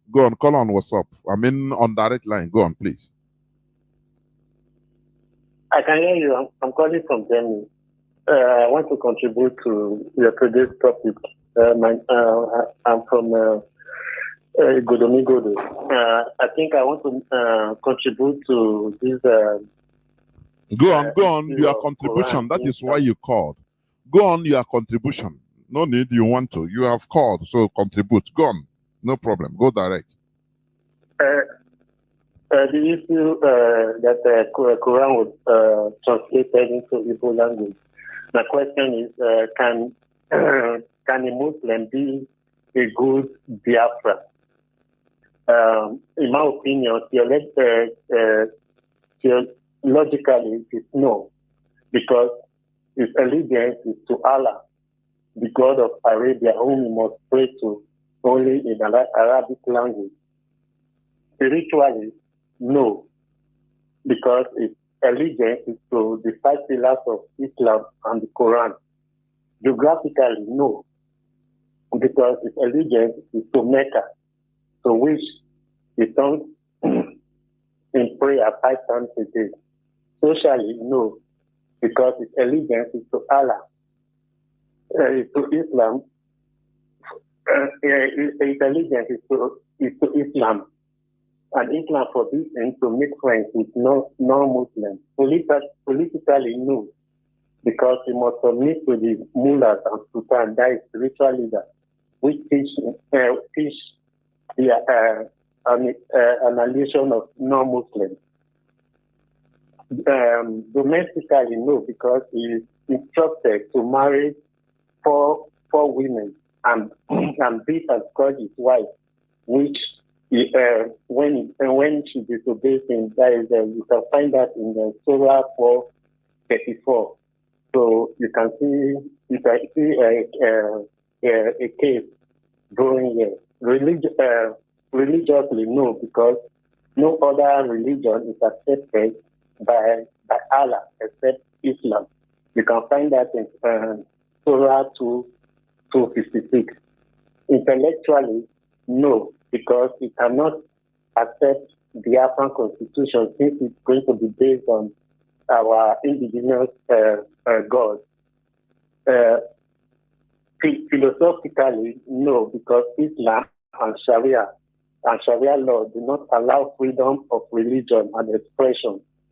Spiritually, no, because when we declare under God, that is, our African God,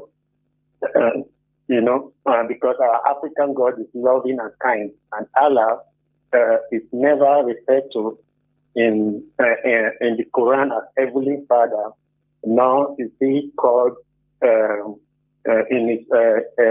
Quran, it's 99 names that is calling in the Quran, loving God. So based on all these facts, I believe a Muslim cannot be, one cannot be a good Muslim and at the same time be a patriotic Biafran. So that is what I want to contribute this evening. Thank you, Mazi. Let me say something here. Thank you.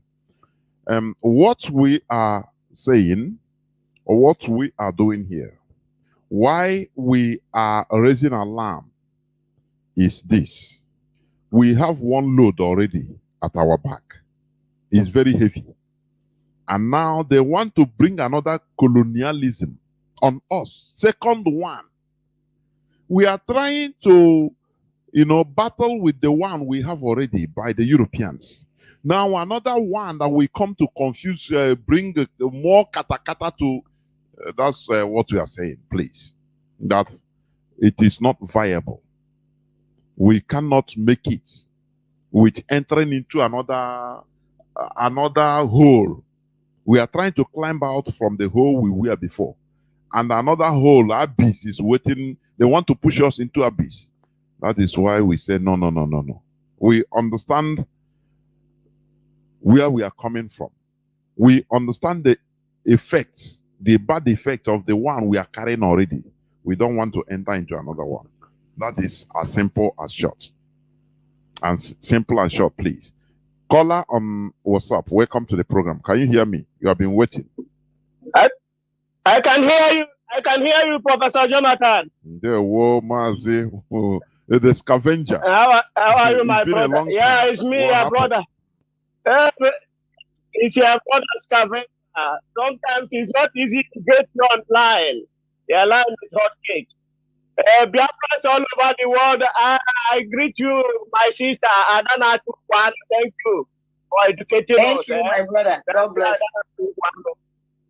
I greet Biafrans, I greet IPOB all over the world. I greet our leader, Mazi Nnamdi Kanu, a prisoner of conscience. What I wanted to talk this evening is that I wanted to alert United Nations, Antonio Guterres, and the United Nations Secretary General, UN, USA, and British government. Because the reason why I'm calling them is because they are the advisor to the impostor, Buhari. Because whatever they tell Buhari is what he do. Antonio Guterres, maybe about last month or 2 months ago, he came to Africa, to Nigeria, and advised impostor Buhari to incorporate Boko Haram. No, he said the United Nations validated. They validated the incorporation of Boko Haram to the Nigerian society and the forces. That is it. They validated it. Yeah, that means they are all collude, like what Danjuma T.Y. Danjuma said, that they are collude. They are all colluded. They are together. They are in the business together to kill Biafrans, and that is why they are using system now. The dangerous one are the one that they release in Abuja now that are going to be terrorizing, killing people. They are now already in military because immediately they left them, they give them. So we are telling United Nations and Antonio Guterres, the advice we Biafra wanted him to give to impose the Buhari is to send our leader back to Kenya where they rendition him from. They must send our leader back to Kenya where they rendition him, because our leader is not in Nigeria. They have no case against anybody in Nigeria. There is nothing you ask now. There is no case on our leader in that DSS dungeon. Our leader, Mazi Nnamdi Kanu, did not commit any crime. That is our question, and that is what we want them to advise Buhari, because whatever they advise them is what they do. We, the Biafrans, we love British, we love America, we love US, we love all of them. They can watch around all their countries. The Biafrans were there doing our legitimate business. We are not troublemakers. We give them gas, we give them oil, we give them everything. We change even our clothes. The clothes they gave to us, even the religion, but still yet they hate us. The only thing they must give the advice, the best advice you want to hear from them, because we know if they tell Buhari to take our leader back to Kenya, where the rendition him come from, that they will listen to him. Another thing, Mazi, please, I wanted to ask you is, there are some disturbing brokers that used to disturb me. I don't know if I can relate it to you, because I normally listen to this broadcast. And the moment you stop now, they will put that broadcast, and it dampened my spirit. I wanted to ask, I don't know whether it's because of the level of my own education or the level of my own understanding. I don't know how other people understand it. There is a program which our brother Ikech hosted with our elder statesman, Chinwetalago. And they ask him, first question is, what will you do in this struggle? How are you advising us to defend ourselves? His answer is that he's not advising anybody to hold even a stone or even bread to defend himself, that we must pray. Then he asked him again, another question again. Now, he even advised us that even the killing Goliath and David, that David can be able to kill Goliath is not because of the catapult. It's only because of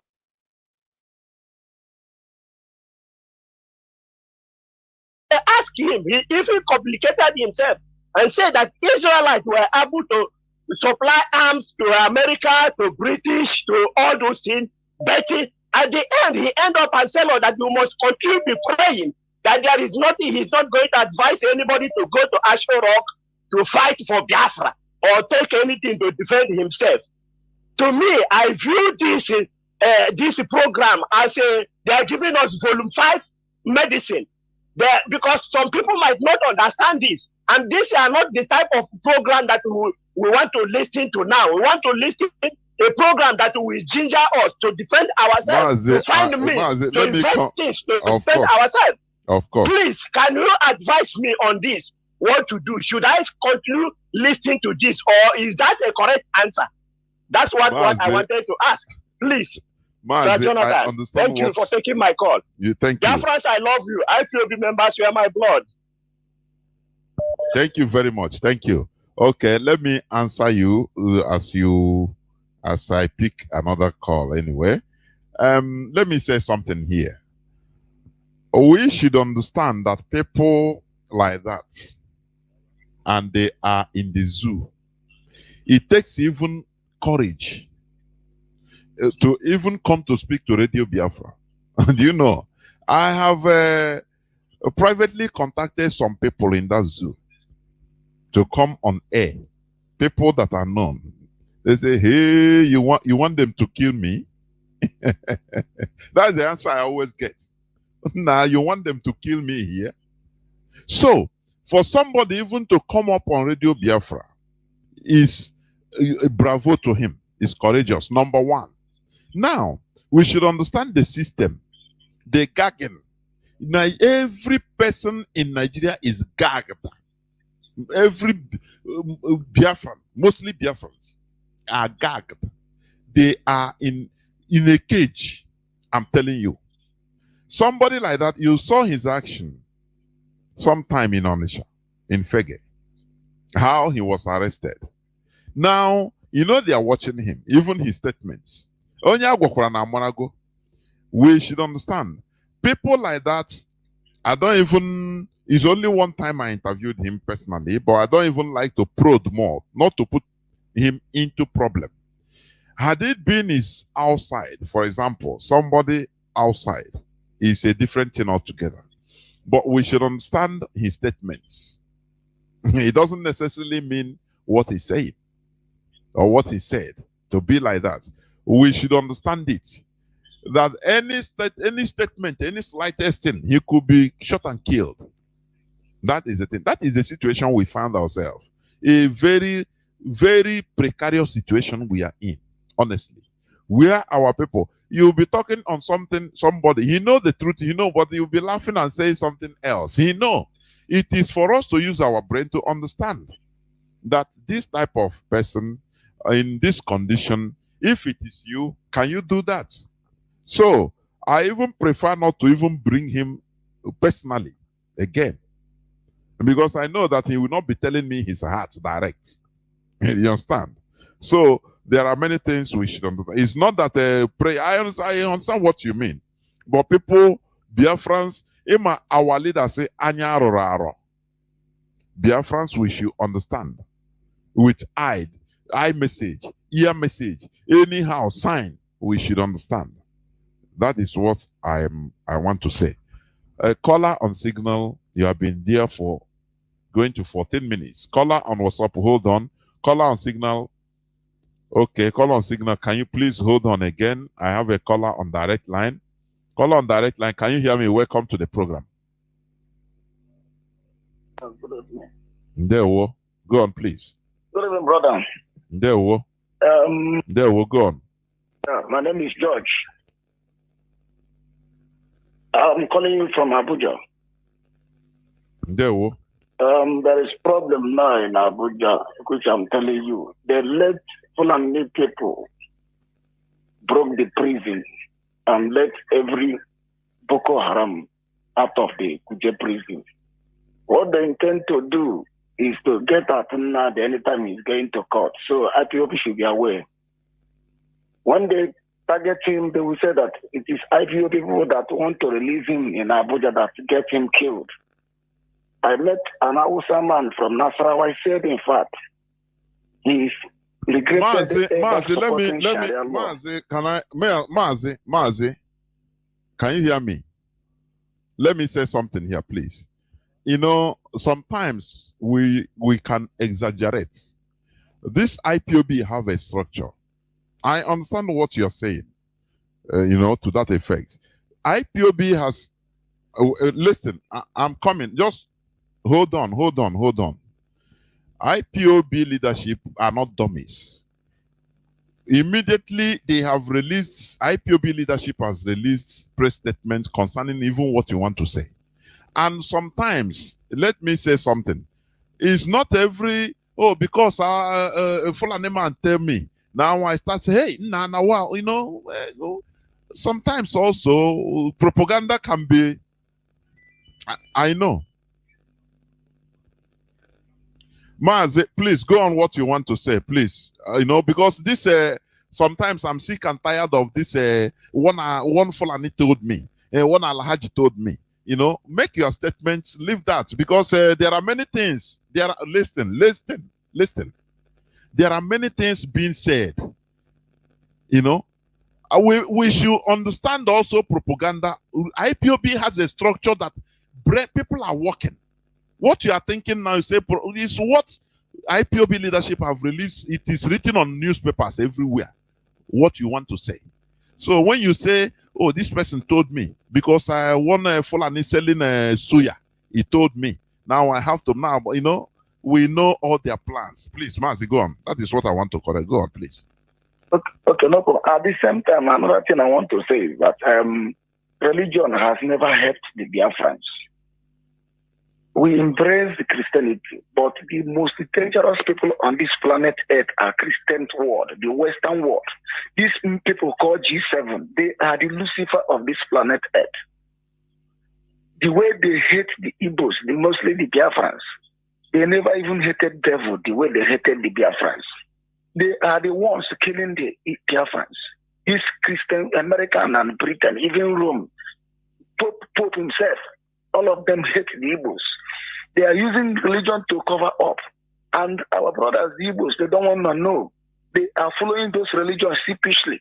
If you know the intent and intentions of this G7 against them, they will not embrace anything Christianity. Not even the Muslims that are killing us. It is the Christian countries. British, they are English. They are Christians. Rome, they are Christians. America, they are Christians. That is the people that are killing our people. So our people should rethink and see if they can join Russia to help our people. America, Britain cannot help us. They are the ones killing us, including Pope himself. So I'm done. There were Mazi. Let me say something here also. Our people sometimes we feel that we should fight against everybody at the same time. I want to say something so that people will listen. Oh, this person hate us. Oh, this person love us. Oh, they hate us. Everybody hate us. Yes, there is a general, let me say, discrimination, racism is there. I will not deny that there is a hatred. But let me say this.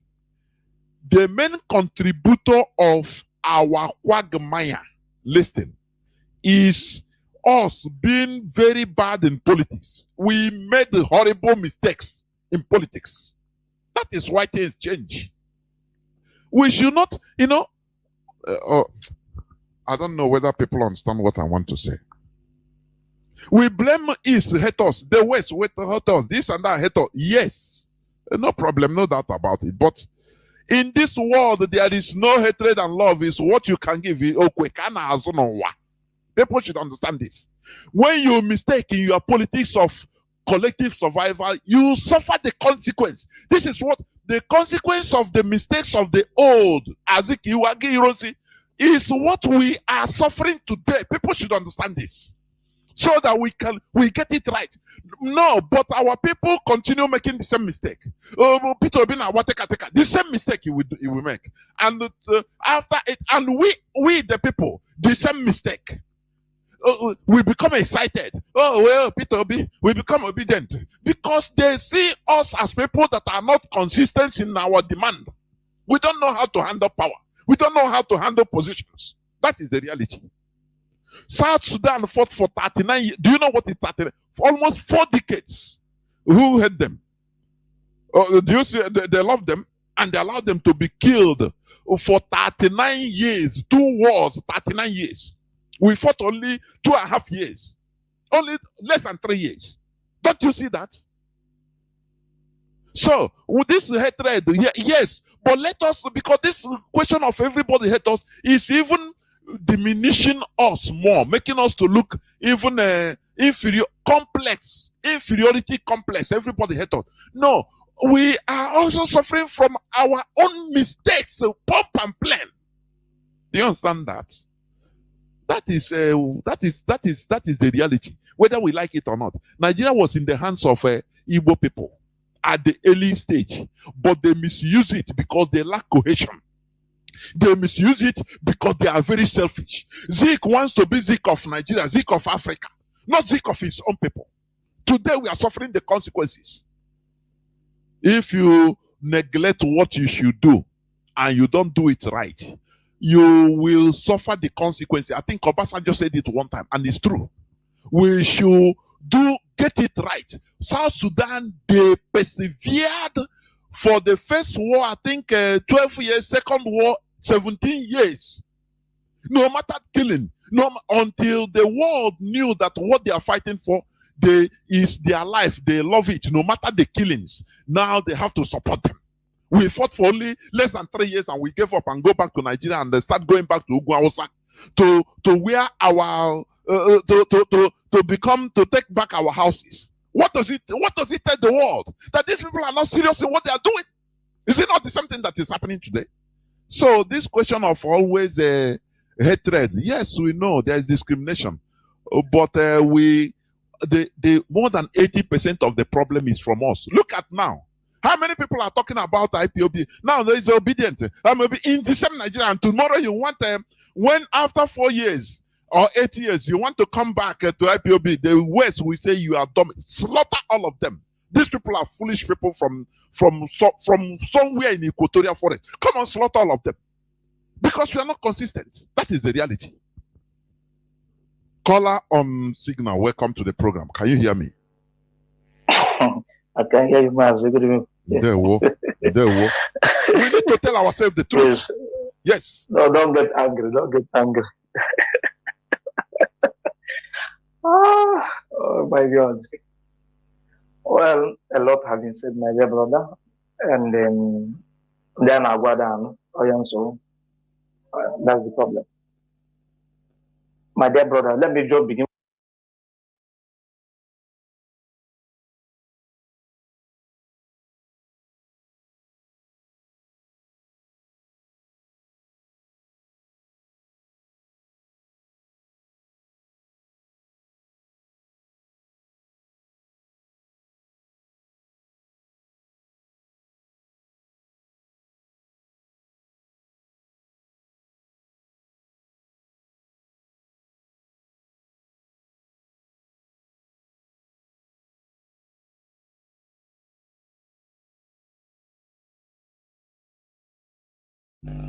Politically foolish.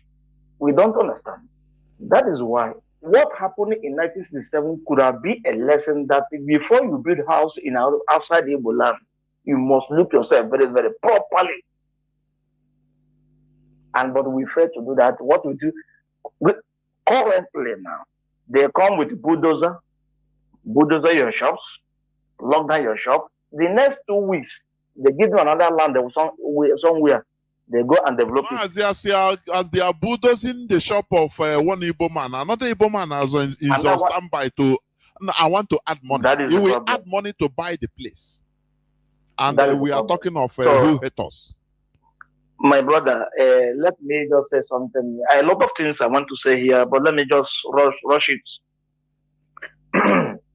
Talking about religion, the only way to take our people out of religious belief, this mental slavery in religion, is to bring Biafra. When you bring Biafra, people will be employed.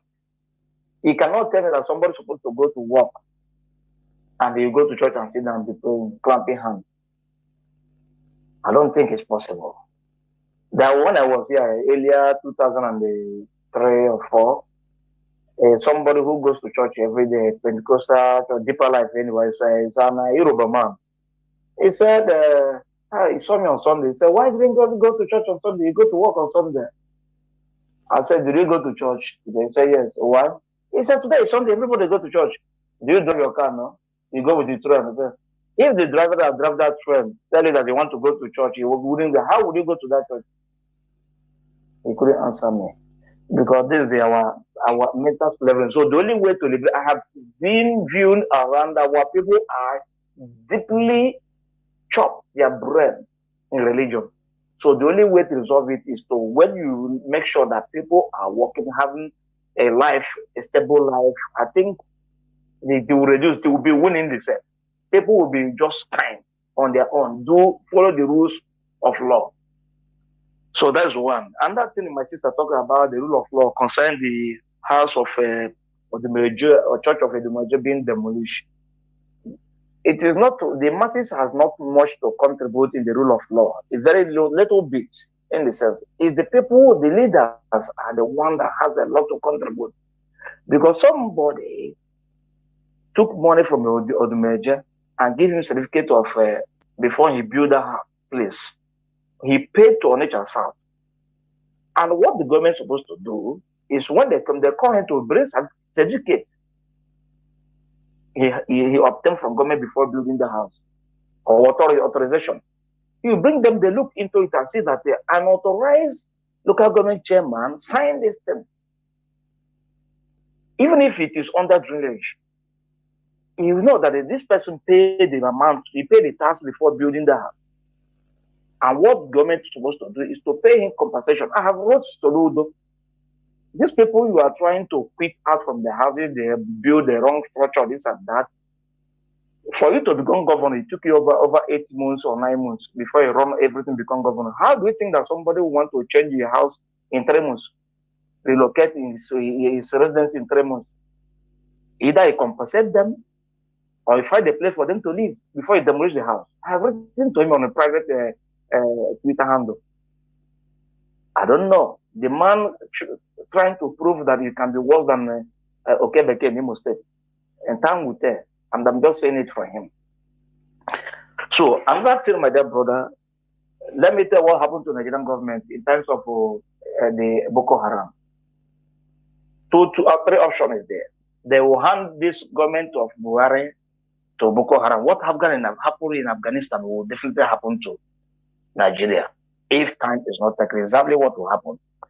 Because now they are seeing what is going in the Nigerian polity. People willingly, because they will be obedient and all this and that, and they can't contend with it, all these things now. That's why they are bringing people, trying to divide them with the pattern of answers, ethnic or religion. The North cannot vote, this cannot vote. That's what they are talking now. They're trying to bring it in. So now, if they see they cannot be able to contend with this thing, they'll now hand the government over to Boko Haram, and everybody will surrender. And I know Igbo people, we know how to flare. We flare away. Some will have a chance to flare. Some will join the caliphate and become anyway. Nothing happened.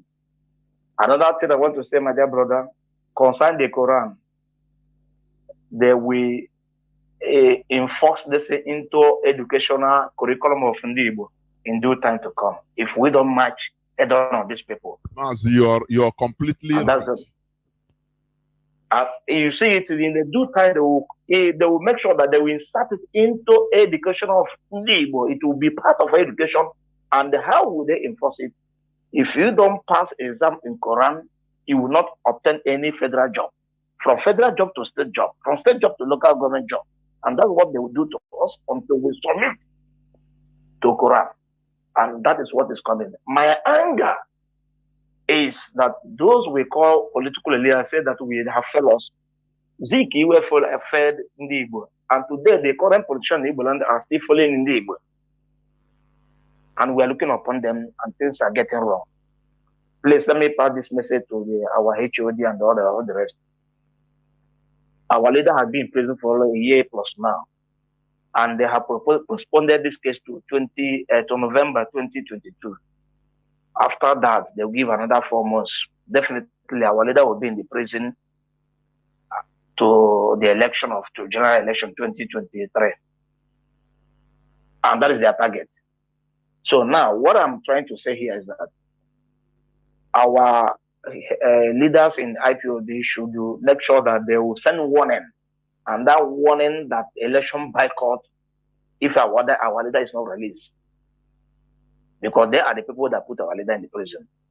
And this sending boycott, because now they have clamped down a lot of things. You can't go with the Biafra Preferential, you can't go with you can't protest in Biafra land anymore.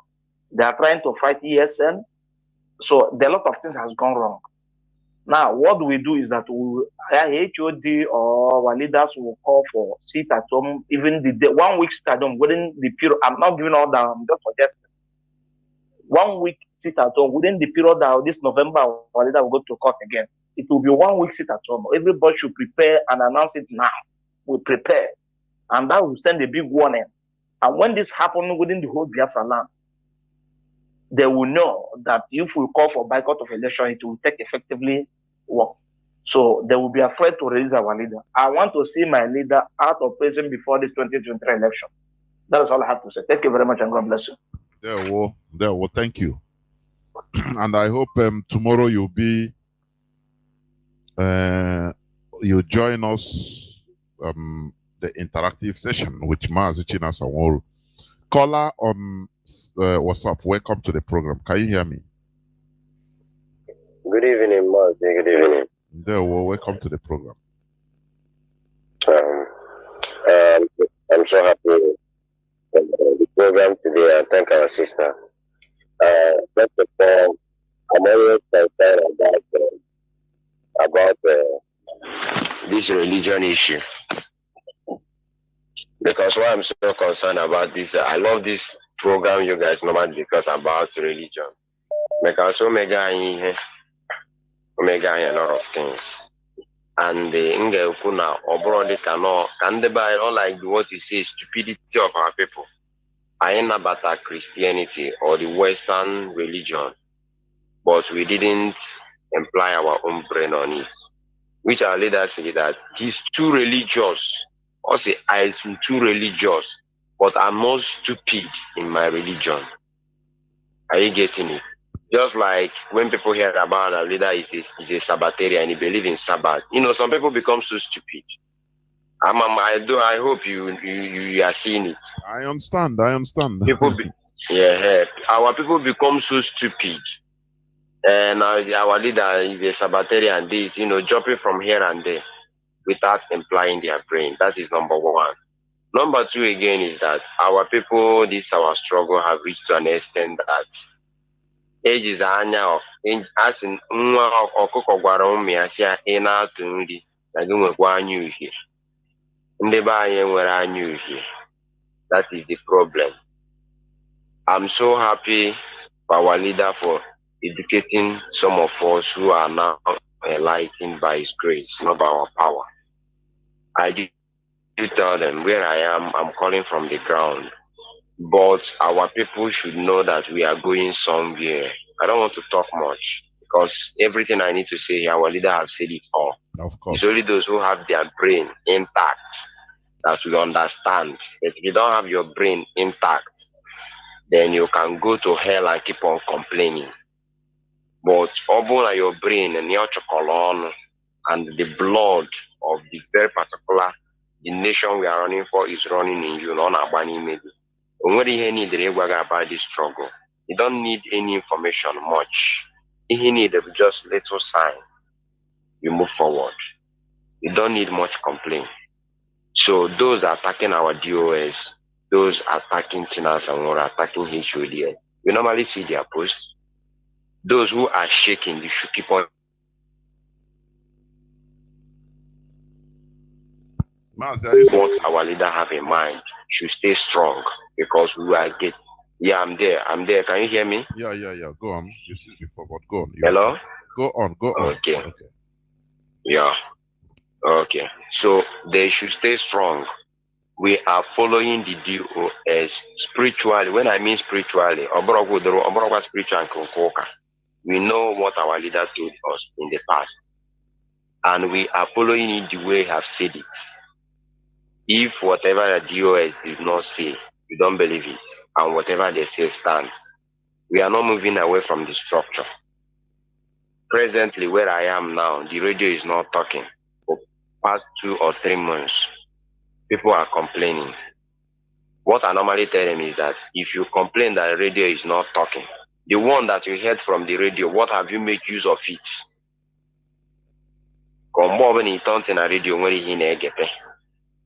So I really thank our people and our leaders. They are doing fine. I appreciate them. I thank China Sonora. I thank everybody in the US. I thank those in the front line, and especially you and other media warriors. They are doing a great work. Onye jiri ntị chie nọ nya nọrọ ụwa. Mana ọ bụrụ na onye na-enweghị ntị nye ya nọrọ nya chere one day enwe ike gbufe isi ya ma ntị na ihe niile na-apụọ. So I'm so happy. And this religion, people should continue on that. Their brain has been destroyed by religion. And it's only when they understand they will face their religion. They don't know the way of Chukwukabia. That is the problem. So that is the little thing I want. And another thing is that these herdsmen are still moving very, very openly. As in your WhatsApp, these herdsmen, they are still moving openly, both in Nungo, both in Renafa, both in I think somewhere in Natch, around this facility in Enugu State. They are moving very, very well. So that is it. So although I can rush, I'm not going to take time because it's another way. This man, I don't know, it's my own personal suggestion. If they can hold protests against this person that have taken somebody to go and harvest his organ on Jokome, and they should face their problem. Yes, on Jokome, and he should face his problem. Akandabaya is our own. Is our own, but he have killed a lot of people in Ugwonyama that he failed to repair the road. They have killed a lot of people in Onitsha Expressway that they failed to repair the road. If we can kill him there or murder him there, there will be no problem. Let us agitate that they should hang him there. He should stay in the prison there.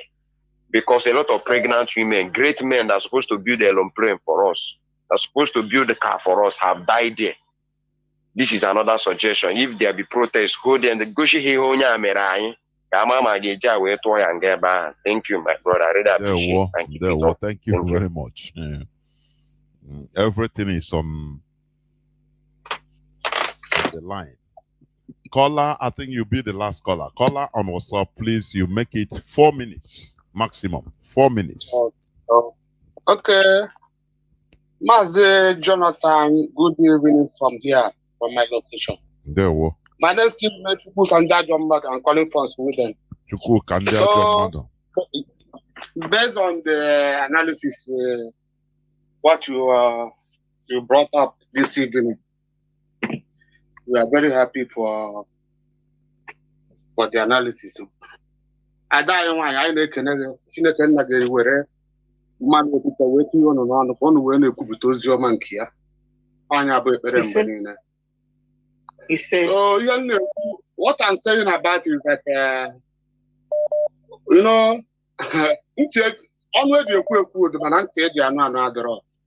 our people, are you sure that they are listening to? Are you sure that we are making use of what we are hearing from Radio Biafra? That is what sometimes I've been thinking of. What is going on? What can we do to put sense into our people?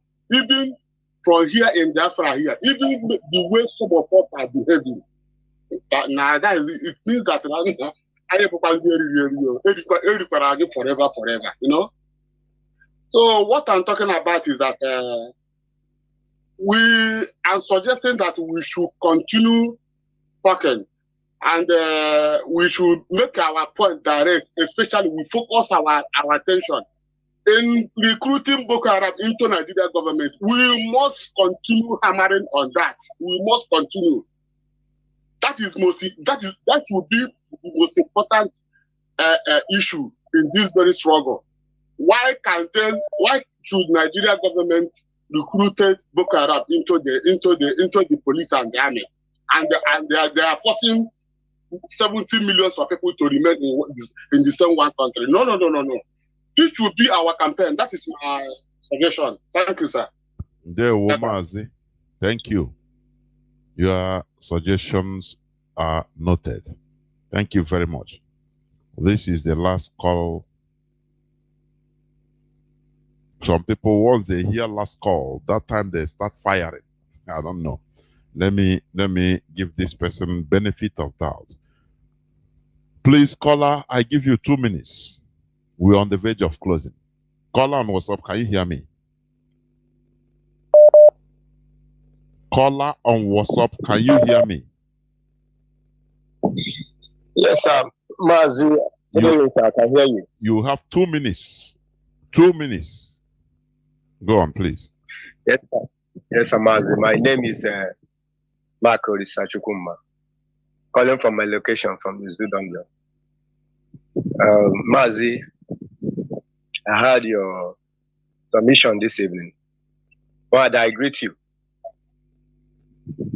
So what is happening is that our people now, Mazi, our people right here in the zoo, what they know all about is praying. Prayer cannot do all things for us. There are some certain things we do by our hand. And they say freedom is not given, it is taken. You know, Mazi Orendu have said it all for a long time. He has been hammering on that, telling us what is about to come. So there is nothing that is happening there Mazi have not told us. It's not taking us unaware. We are aware. Nobody that will say that is not aware what is happening. Or nobody before. So, but one thing about our people is that we listen and we don't do what exactly as instructed, and we don't learn. And one thing again about our people is that we quickly forget. We are just like a chicken, just like us used to say. We are just like chicken that we put in a poach. When we're taking one, all of us will make a noise. Then just in a second, you see everybody start eating. All what we care is that get what you're going to eat. Forget about the rest. If you have not, if it's not reaching to you, or they're not touching your area, or happen to somebody you know that is close to you, you won't believe that it's real. And they believe it. When you slap you here, you turn the other side, they will slap you. And it's not like that. Religion have done a lot. But for now, we don't need to say religion. It's what are we going to do? What can we do? Because already the whole prophecy that Mazi gave and God revealed, Chukwuke revealed, has happened. And everything is still coming to pass. And more are still coming to pass. So what are we going to do? Are we going to keep waiting, praying, and waiting for God Almighty to come down from the third heaven or wherever He is to come and fight for us? And I don't think that is going to happen. Because Mazi, thank you. I don't have enough time. You're going 3 minutes. Thank you very much.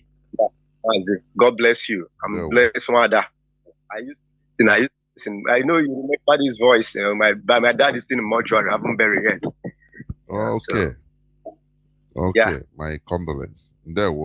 Yes, thank you. My condolence too. My condolence. Thank you. I think this is where I'm going to switch off the phones, because some people, once they hear the last call, you see them, is that time they start calling. I don't know why. One, I think you have to make your pattern shots, comments, so that we continue on. Okay, Mazi. It's going to be quick and brief. The bottom line is, just like even my brother, as I suggested the last caller today, he was more of a, I don't know whether it was a question, it was a suggestion. He said the time we have, a lot of talk has been done. Where we are now is what are we going to do? I believe that he's right, but I believe that more talk should be done.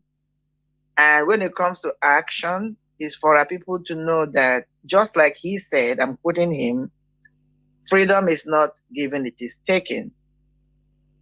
God cannot come from third heavens or wherever he resides, if there is a God, to come and fight for us.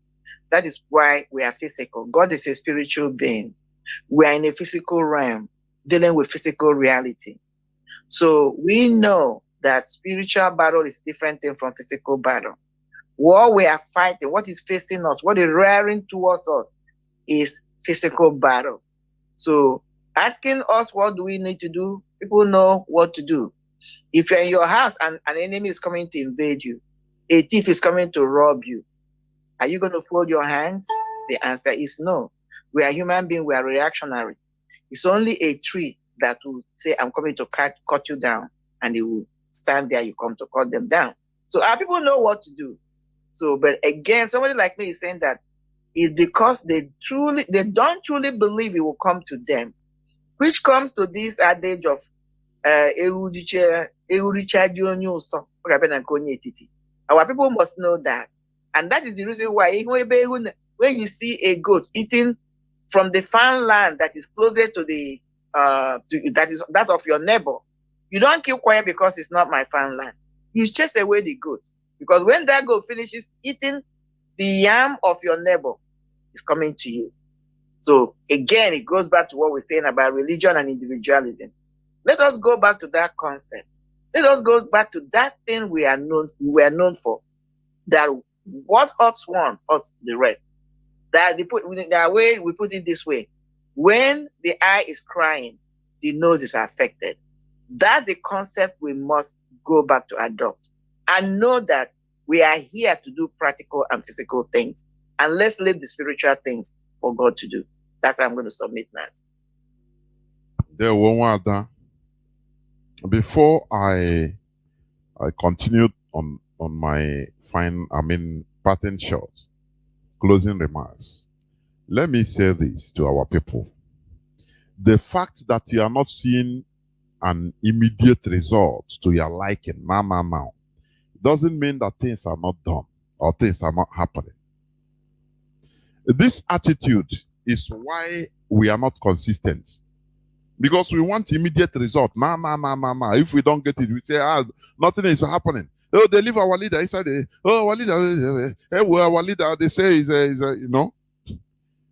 everybody wants our leader to be out. Not tomorrow, today.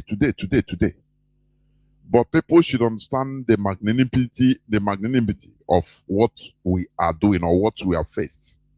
Our leader call it restoration of Biafra is the most tedious job on earth. Our leader described it. It's a monstrous work. Do you understand? This attitude of if it's not now, nothing. No, you see people start rebelling. If they give up and say, no, what are you people doing? Our leader is still there, this and that. You that is talking, you don't love our leader more than us. You don't love our leader more than the leadership of this struggle. I'm telling you honestly. Everybody wants him out. You are not going to get him out under wishful thinking. For your information, let me tell you, I think since 2017, the Cameroonian Ambazonian president, Ayuk Tabe, he has been there, sentenced to life. Do you understand? They are still fighting. When our leader said that we should be resilient, he understands our character.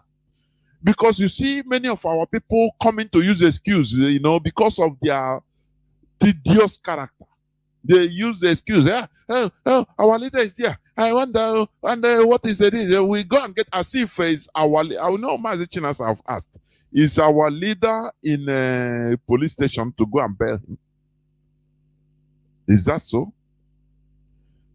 The leader of Ambazonian movement is there. And the fight is still going on. It didn't discourage them. It didn't make them to rebel and say, he's sentenced to life. What are you going to do about it? This and that. The war continues.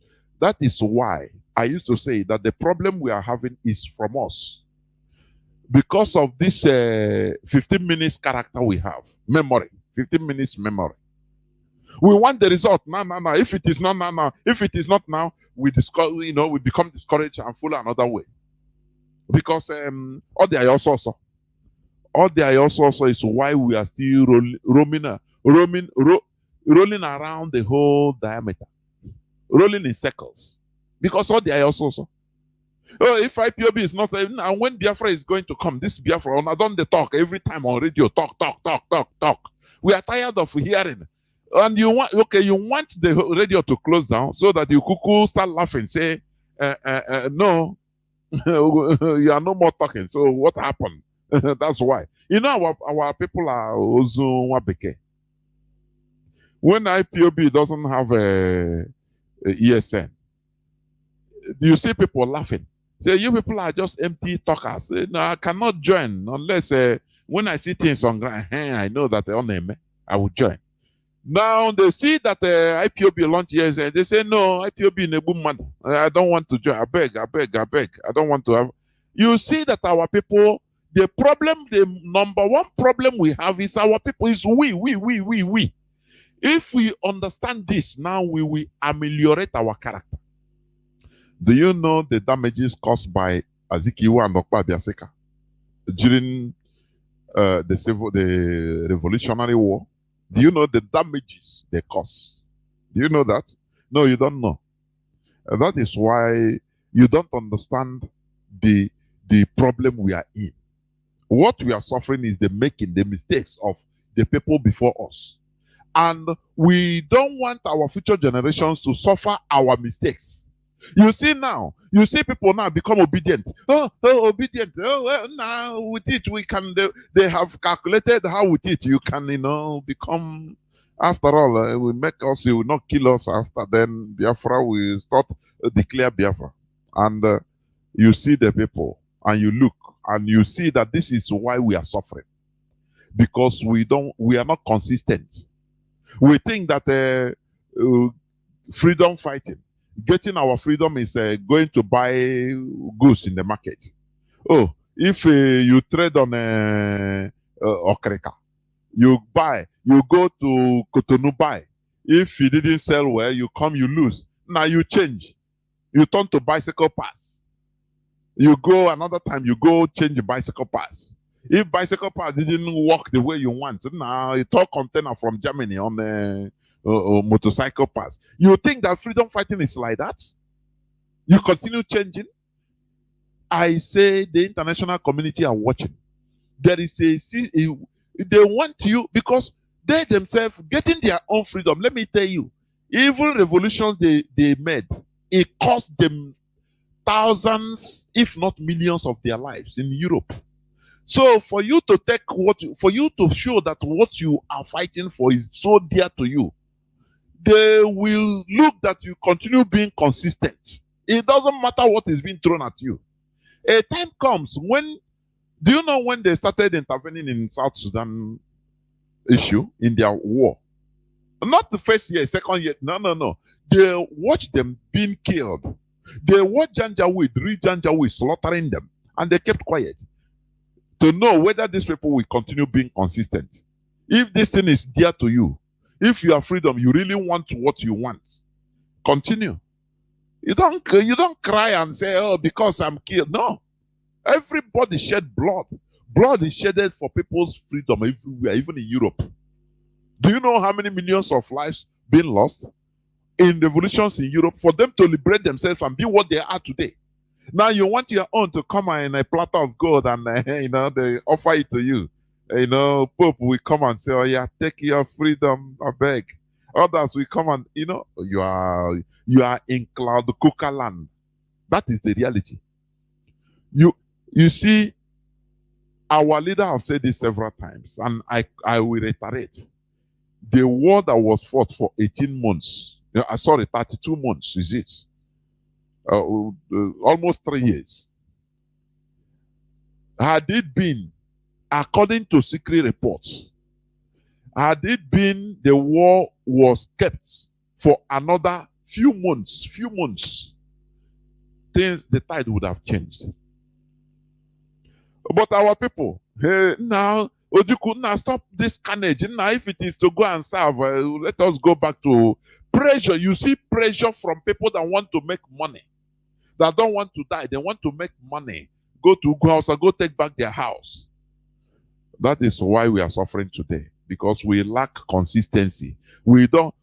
Today we go like this. Tomorrow we change direction and start answering obedience. Next tomorrow, when that one backfire, we come back say no, Biafra. Do you think that you can deceive the international community?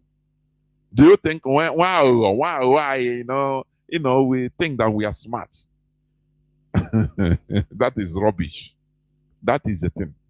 So, in coming to what the subject matter today, religion and politics, we should understand that the way we are afraid of Islamization today is the same way our ancestors feared Christianization.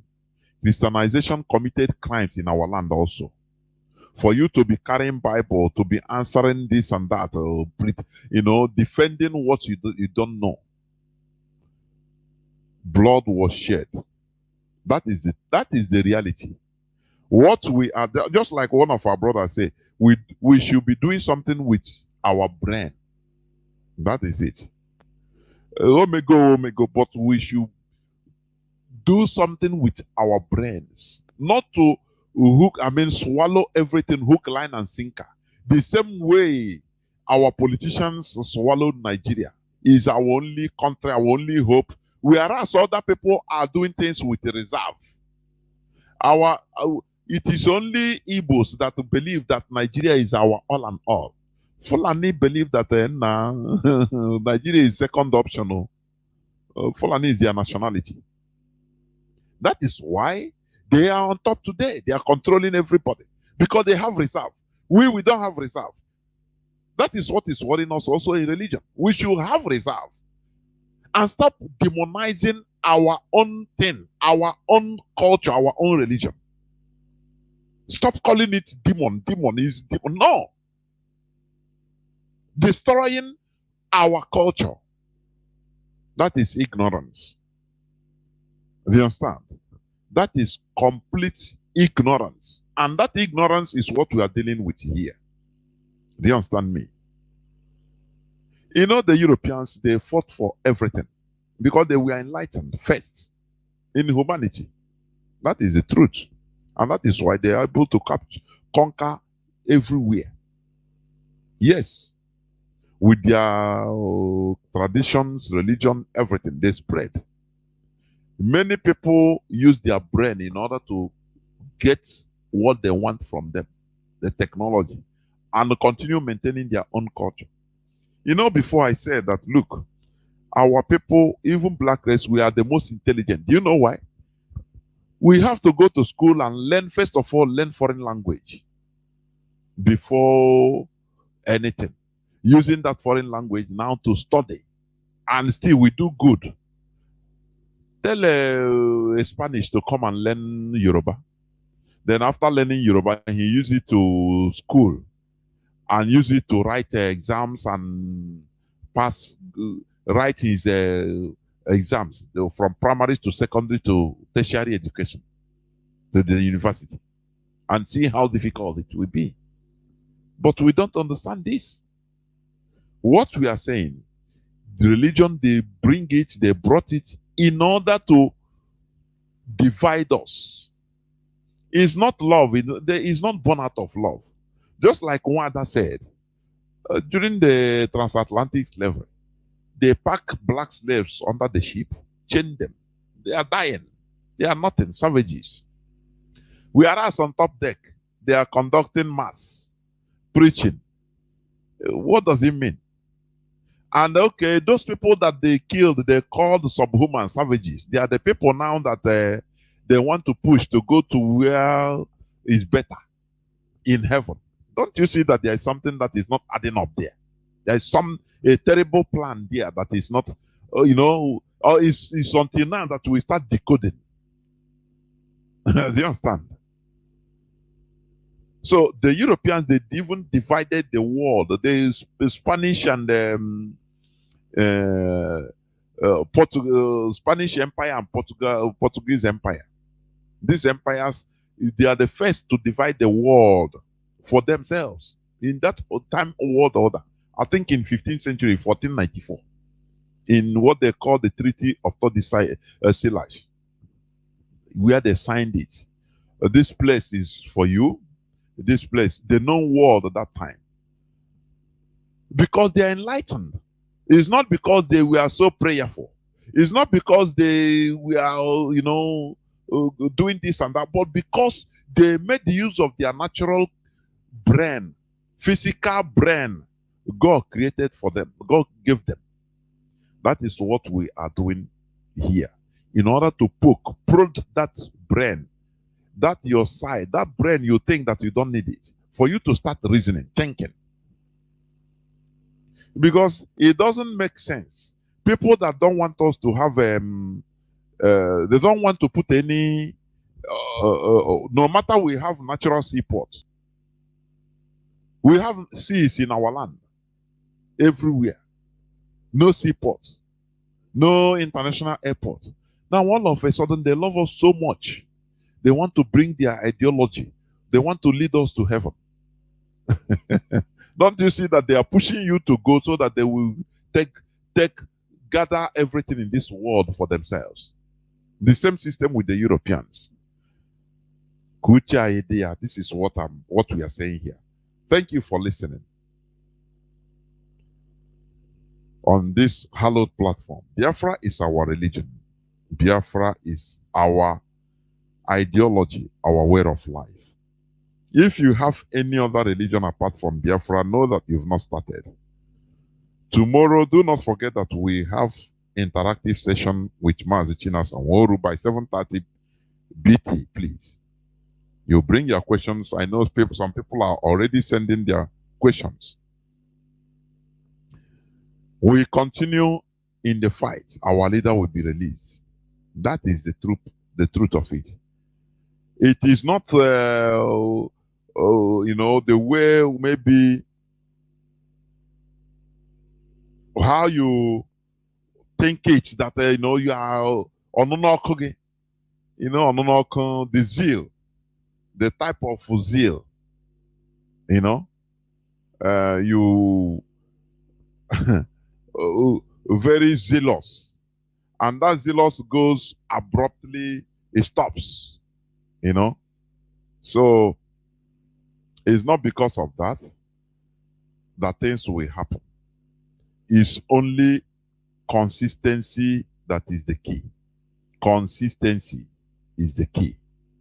That thing they ask, we are talking in the morning, in the afternoon, the same thing, in the night, the same thing. We are sleeping and they woke us up.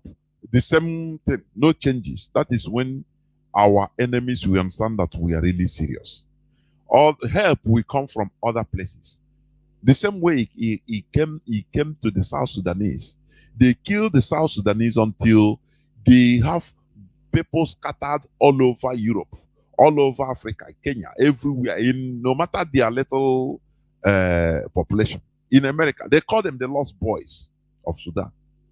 No person wants to even do anything with them because they were lost. We are orphans. Their parents were killed. They don't even know where they were taken out when they were babies. They didn't know their parents. But today they have their country because they didn't stop. In our own, with this small thing, we didn't see immediate result. We stop. Well, nah, if like that, I quit because you don't see result. I don't know. I have our sister, Madam Tina. I don't know. Why, Tina? You want to say something here, please? I don't know. Announcement. Can you hear me? Sister, yes, brother Jonathan, thank you very much for allowing me to come onto your program this afternoon. Yeah, somebody is speaking. Marian, somebody is speaking after you will talk. No, that's fine, man. Okay. Tina, please go on. Thank you. Thank you very much. I want to say thank you to both of you, Mazi, Chinedu, Jonathan, and Wada, Marianne.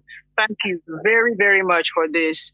Because in a Shabbat prayer that we held this afternoon while our leader, Mazi Memandu, was speaking, I realized what the whole thing looked like to me in my mind was that we turned the whole thing upside down. We were the ones blessed by God. We were the ones who knew God from the beginning. We were the ones who God put his own speech into our hearts. We were the children of God originally. And now in that state, in that contraption called Nigeria has been turned upside down, that everybody else is preaching Jesus and preaching God to us. And this God we already knew, like our leader says, our names denote that our ancestors knew God, that God was already in our mouths, was already in our tradition, was already in everything that we do. So now that it has been turned upside down, completely upside down, Mazi calls them Umwe Kwensu has come to even preach to us. What does that mean to us?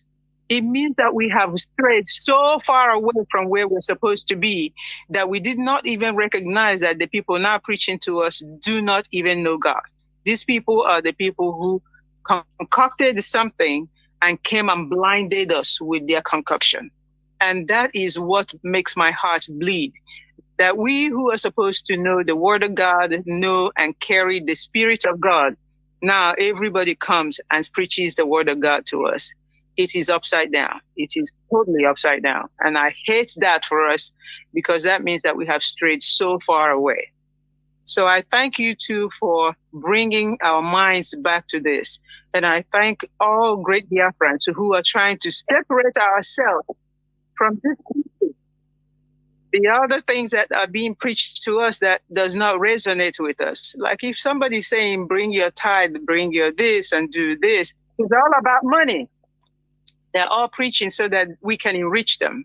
Someone said on Radio Biafra this week, do you know that when we collect money in the Anglican Church, we send it to London? I think it might have been you. And when we collect money in the Catholic Church, we send it to Rome. There is no money collected anywhere worldwide. It was you. There is no money collected in any church worldwide that is brought to any place in Africa. And that should open Africans' minds. We are so far away from where we're supposed to be. What does that make us? Does it mean that the same God that they're calling is not the same one who created us? That is a shame to us that we cannot think. This life is who can conquer who. And like you always say, we have been conquered, but our eyes are being opened by Mazi Nnamdi Kanu, and we should really follow quickly, suit behind him and liberate ourselves. Otherwise, our names, like they say in the contraption, our names is sorry. Thank you very much for the wonderful work that you do. My sister, Maria, Dr. Tina, don't go, please. Don't go, Dr. Tina. Don't go, please. Mazi, give me 1 minute. Let me recap, just quickly tell her that what she's saying is so true. My sister, Dr. Tina, I call you my sister. Now, what you just said, I'm going to reference a place in the Bible, 2 Chronicle, chapter 7, verse 14. Mazi has been saying it. The same thing you said now. Chi this, chi that. This is where you find it. He says, then if my people who are called by my name will answer God's name, Chibundo, Chidozie, Chigozie, Chi is the name of Chukwokika Abiyama, who are called by my name, will humble themselves. If they will pray and seek me and stop their evil ways, I will hear from heaven, I will forgive their sin, and I will heal their land. That's what you just said. I'm not going to take on long because Mazi, our institution, Mazi, Jonathan, has closed the program. We're run over, spill over. If not, before I finally said, look, what you guys are doing, Torah, carrying students or, Christians or not Christians, you guys are practicing spiritualism. The only thing that some people are mixing it with religion, that's the truth of it. We were existing before the Jews. This is my own argument. This thing is referencing to us. Now, when you go to the book of Judges, you will see what is happening to us, why it's happening to us. You will even see with the Israelites, we took their story. They are the ones that cataloged the story. Those of us that went over there. You will see that anytime we walk away from God's presence, we sin against him, he will raise enemies to chastise us and bring us back to him. He will take you to the Psalm chapter 23. The Lord is my shepherd, I shall not want it. Even when I stray, I believe that's the Psalm. He said he brings me back with his rod, with his staff. He will draw me back. I'm paraphrasing. That's how God moves. God is not man. God is spirit. So when we walk away from him, we have accepted foreign gods, foreign religion. What has he done? He will still use human elements to make us to humble ourselves and remember him, which is where we are going now. We are seeking how to worship the true God. I don't want to digress too much, but thank you, Dr. Tina, for bringing this in. That's really what is happening. We go to second book of Chronicle, you will see it. Yes. Thank you very much, my sister. Do you know that the enemies that God has raised this time, they're the worst ones? We are looking at the worst enemies that God, even in the Bible, some of these enemies that we face today, they don't compare to the ones that the Israelites suffered. These ones are more wicked. They have come with more vengeance. And even the wickedness in our midst is worse than the wickedness that the Israelites had for themselves. So God has to cleanse that land. And by the spirit that our Mazi has brought, I know that God will, because of Mazi Nnamdi restore the land of Biafra. Otherwise, we have strayed so far. Thank you very much. God bless you. Thank you. Dr. Tina. I think with this, we come to the end of the program. What we are doing is exposing the facts, making people to understand. We will never stop talking. We will continue. Never. It doesn't matter the criticism. It doesn't matter how some people that are too in a hurry, they come in a hurry, they go in a hurry. That is how they are. But we continue what we are doing. Slow but steady. And we will reach our destination. So, dear friends, thank you for listening. From me, Mazi Jonathan Chinedu, together with Wada Marian T. Heather. It is simply good evening. Good evening.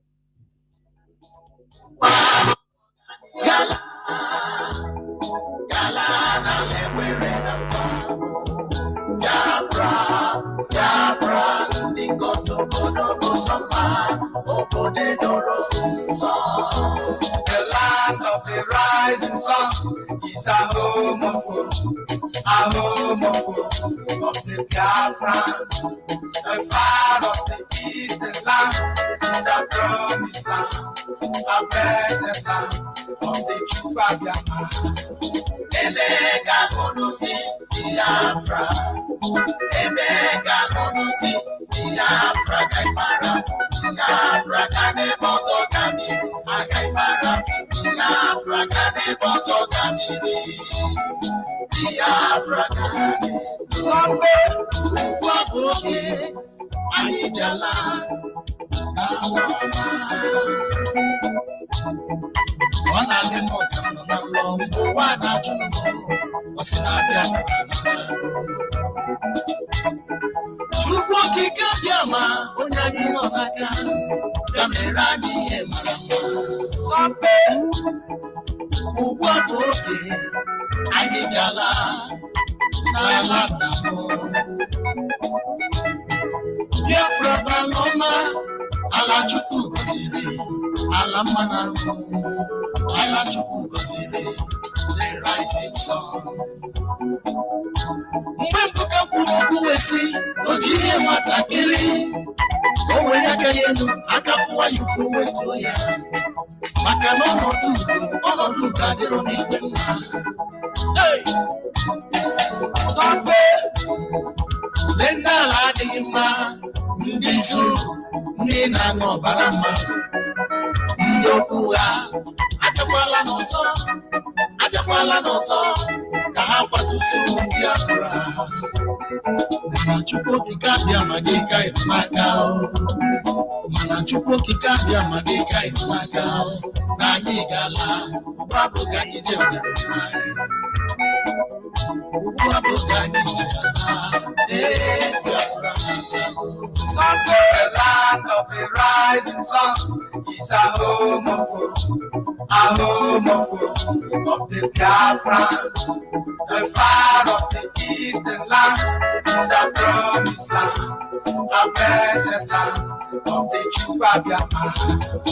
Ebeka bonusi Biafra, Ebeka bonusi Biafra Gaimara, Biafra Kaneboso Kamiri, Agaimara, Biafra Kaneboso Kamiri, Biafra Kanebo. IPOB, one big family,